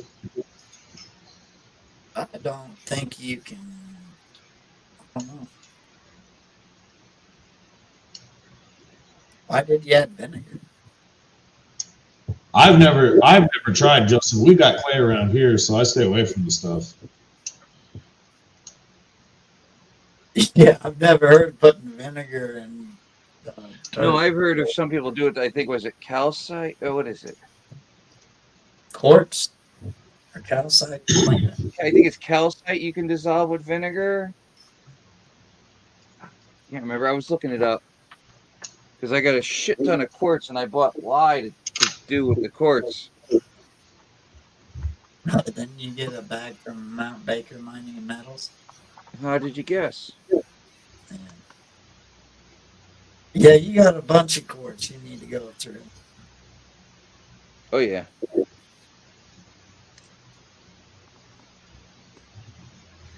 You guys have ball prospecting out here. There's no waters, but there's all the pretty colors and quartz you want. Well, hell, you mean you're not in the hypothermal whatever river with a bunch of mudslides and storms and people dying from drowning and shit. I'm in the desert. I mean, we got some good rain, but I'm out in the desert. There's no trees or foliage or anything like that hiding the mineral veins, so they were able to find them easy. This particular mine that we were in, that I posted the link to, somebody in the comments was from that area, and she says there's 288 mines in their district. Total. 288? That could keep a guy busy for a while. That's no, think of how many there's not known, 288, I would think that's most of them known, but and it depends on what she's calling a mine too. Is a mine a 30-foot tunnel, or is she talking 288 multi-level? Because we went 200 feet down ladders. Is she talking 288 multi-level massive operation mines? I know there's a lot. From where we went into this mine, you could see 2 or 3 others.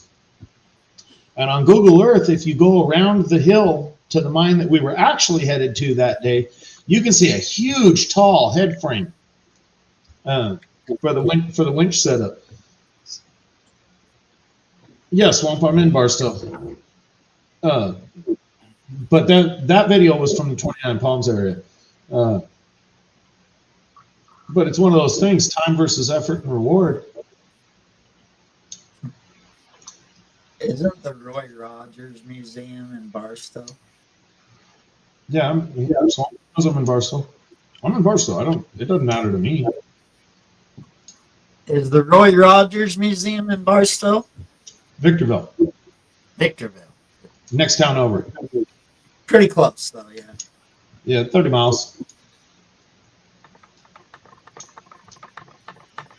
I used to go there when I was young. I've never been. You should go. It's worth it, I think. It was pretty cool. Trigger stuff.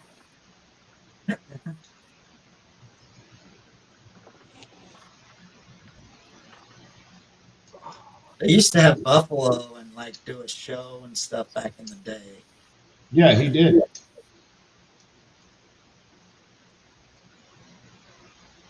Oh, Swamp, there's more than a few.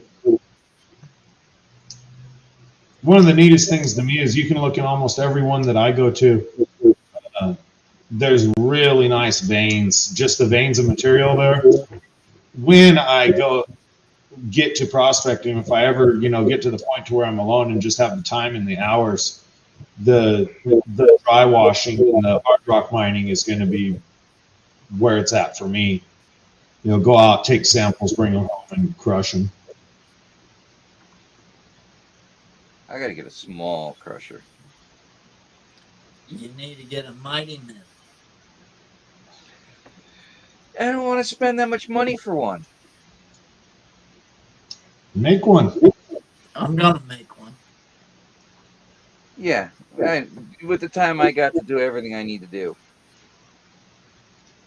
Well, you just get one of your old turbo housings. We know how you race guys are. You probably got a shot out turbo or 10 laying around the shop.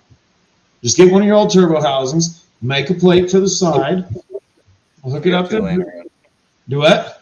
I got 2 old ones laying around. Make a plate for the side and just feed those rocks in. All you gotta do is put little chains in it. Yeah, you just gotta put a bearing, Right in the exhaust side.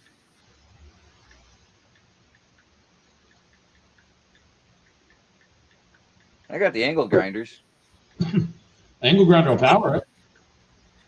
I got plenty of angle grinders. That'd be one of my projects at work to do. Oh yeah, because I know you're just standing around work all day doing so little. Yeah. So, Wrench, what I would suggest is when you make it and make parts kits and make 3 or 4 of them and then sell them. So, for just to cover cost. Because if you make it, you know how it is when you're fabricating something. If you make 2 or 3, it's easier. each one gets easier. Yeah. That ain't a bad idea. That's what I'm gonna do is make a few of them.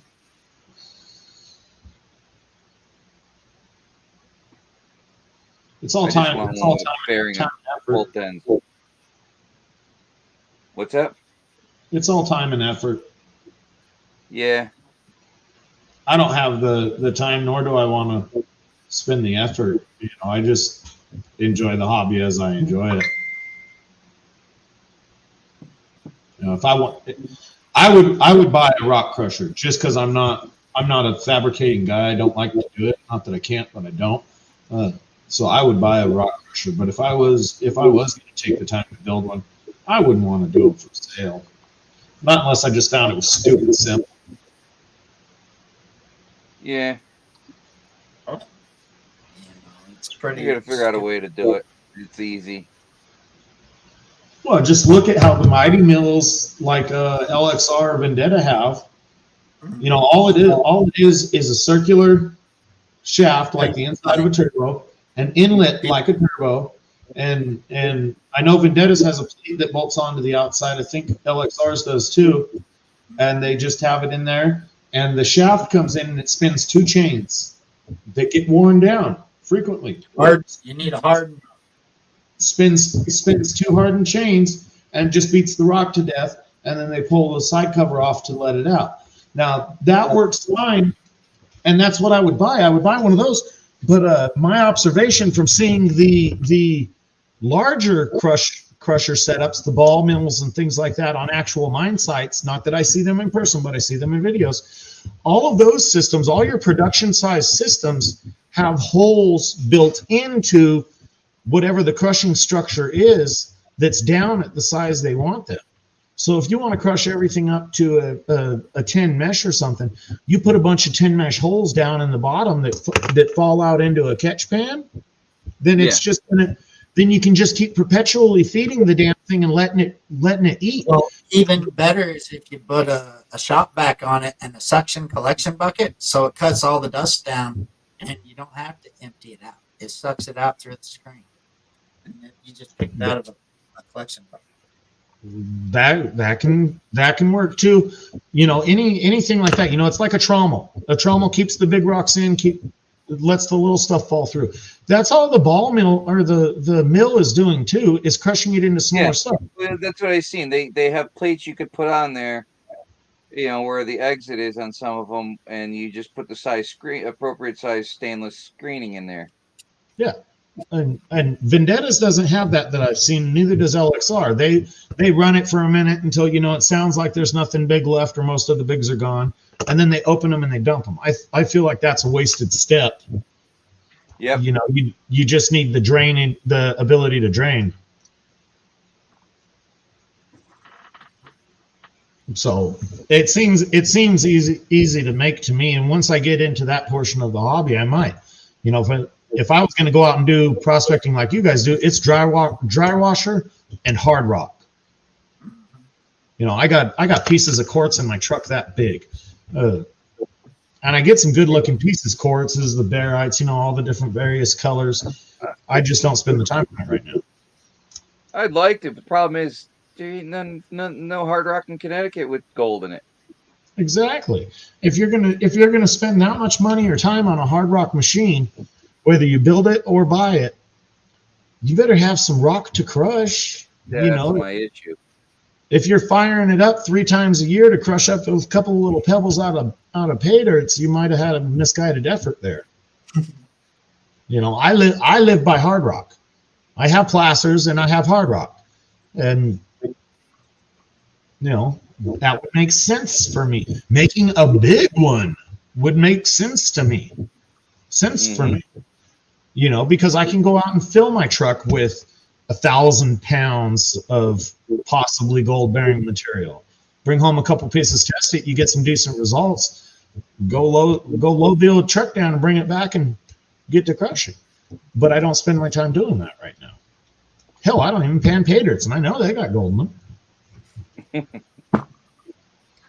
I know how many I get how many a week? Yeah, I only do one a week. Yeah, Three bags come in. I pan one out. I don't think I've bought any since September or October. They're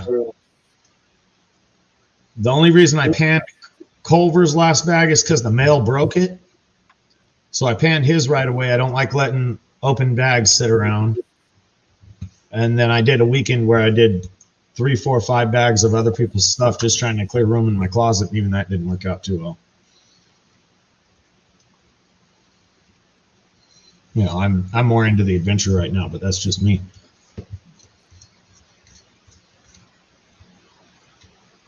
And part of my problem is too, it's like you got your little office. I don't know if you can set things up there. I see Brad's got his little setup over there. I don't have that. I don't have anywhere I could set a half done pan down and come back to it later, and it's still going to be there. Yeah, that makes a big. I got one on the kitchen, on the island in the kitchen. Yeah, I mean, I can try it, but it's at my own risk. Yeah. You know, if That's actually a tailings one, but yeah. Yeah, I do all mine on the porches on my time off. So it's kind of like if I start on it, I need to finish it. And that's where the downside comes in. If I could just walk in and do a couple minutes worth of panning or a half hour panning and then leave my bucket and leave my setup and not have to rebuild my station every time, it would be a little different. Yep.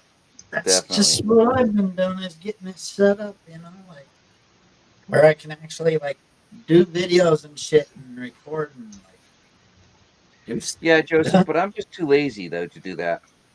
Swamp, if you make it down to Palm Springs, call me or email me. I pass out my phone number freely. It's all over the internet now anyway. But call me. Palm Springs is an interesting place. I was out in 29 Palms. It's a little ways away. I've got buckets and pans and forget this desk. That's just a mess. Yeah, I just don't have it.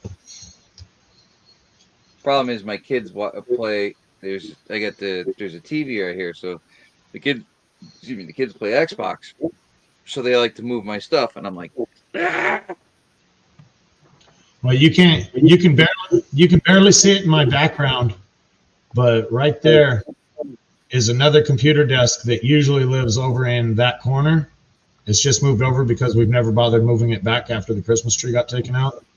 It is what it is. But that's a whole nother computer setup. You know, same size monitor as this. The kids will sit there and play video games on that or do their stuff over there. They'll take over my computer too, but they know they're getting thrown out if I walk in the house and see them right there. No, that's like tonight. I'm like, all right, get out. Half of the time, I don't even say anything to them. I just walk up next to the side of my chair and stand there. My oldest accused me of, or she told me, I think it was yesterday or the day before. She says, "You didn't have to stand there demeaning me." I said, "I didn't demean you. I didn't even say anything to you. I was just standing there." She says, "No, you were demeaning me." Well, what do you mean? You were looking at me with your demeanor. I didn't even say anything to you. How do you know I wasn't going to ask how your day was? We knew though.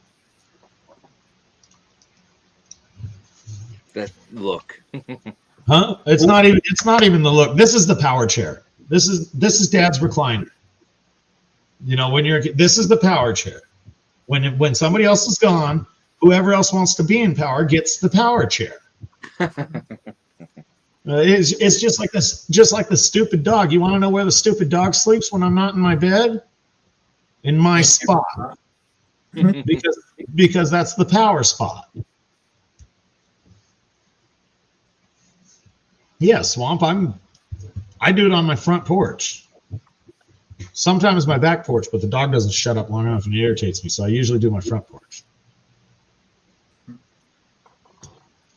Yeah, I set up my panning station really sucks. I flip a 5-gallon bucket upside down.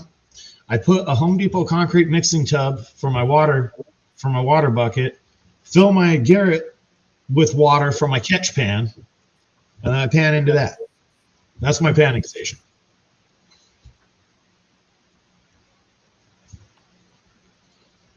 I gotta get panning. I need to get some stuff done. Well, you still haven't pulled down that wallpaper you said you were going to take down last episode. No, the trains I need to take down. No, you said you were going to pull that wallpaper too. No, that can stay. Just the trains right here. Going to replace them with your new collectible hobbies. I'm gonna replace them with bags of pay. There you go. You could line that. Oh yeah. Got plenty of bags to put up.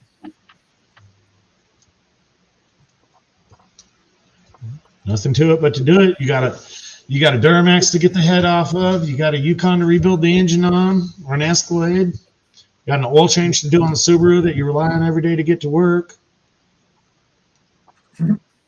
Yeah, I'll do it this weekend. What direction is it? You can't do donuts in a Subaru. You can't do donuts left, right? Couldn't tell you. Never tried. No, there's one direction on a Subaru where the if you do them a certain direction, the way the oil pan's designed, it loses all the oil to the one side and locks up the engine. Yep. I don't know if that's the FA or the EJ. I don't know if they fixed that on the FA, the 2.0, but I know the 2.5 had that. I was reading one. They were talking about the Toyota. I think it might have been the new Supras. Either the Supras or something else. They were having a Toyota track day or whatever, and basically all the guys were blowing up their engines because when they built the engines, they went too heavy with cheap silicone or low quality silicone. So all these engines from the factory were getting locked up because they were pulling silicone into the pickup screens. They're saying that with the new FBs, the new WRXs. They think it's a 2.4 now. A lot of people are having issues with the silicone and clogging up the oil screen. Yeah, the only reason I read about it is because Toyota hosted a track day for their cars. They rented out a racetrack for the day, and if you own one of their cars, you can come play at the racetrack for free. And they were just pulling them off of the racetrack. Did they warranty the motors? That was the thing, though. Like, well, you invited us up to race our brand new cars. Are you warrantying the motors? And it's kind of one of those things where an engine's not warranted when used in racing. I don't know. I think they were covering them, but I would hope so. I mean, you're sponsoring the event. You're putting it on and everything. you told me to bring your car up and run it.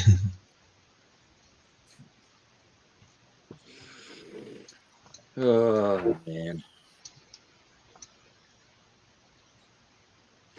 Well, I'm going to end the stream. It's All right. almost 4 hours. Yeah, we'll talk to you later. Well, you might as well wait 45 more seconds. 30 seconds. You're 30 seconds away from 4 hours. I know. Might as well wait. Hello, 907 Mike. 907 shows up at the end. We're just getting ready to leave. We're just waiting out the last 30 seconds so it clicks over to 4 hours.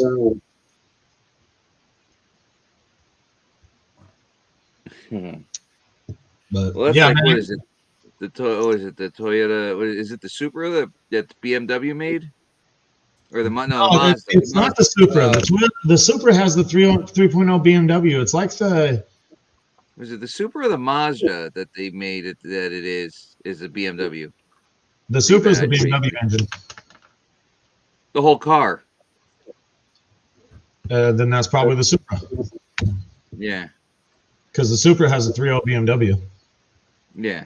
And you look at every sensor, everything on it, the whole car, and it's all BMW. The thing is though, none of them will hold the horsepower like the original Supra did.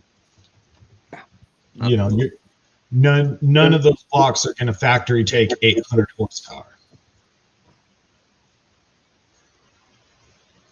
Turbos, injectors, a little bit of head work. a Supra will go 800. I know a guy with 1,000 horsepower. That's like I got a nasty set of small block heads back in in the back in the yard and everything, and I'm just like, oh, I wonder if these would work good if I put a turbo on it. But do I really want to build up a small block? Everything works better if you put a turbo on it. These heads are designed for 13.5 to 1 compression. All depends on the pistons you're running. Yeah, I know. All that shit. I wouldn't try and run them on 13.5 to 1. That's race gas right there. Exactly. There's some they're GM factory bow tie 2 heads. No, I mean I had one of my buddies. I'm not into the horsepower. You'd have to talk to Culver on this. I heard that a lot of them for the turbos and the supercharger cars, the way they're getting better, how horsepower is going with the low compression head setups, because they can fit more volume. Well, that's what I'm thinking. It's designed for more compression, so if I run a lower compression on it, I should be able to run. They should be good for handling a forced induction. Maybe I'm not that into the horsepower aspect of it. Yeah, it's just some stupid thing I want to try. So we need to get you a list.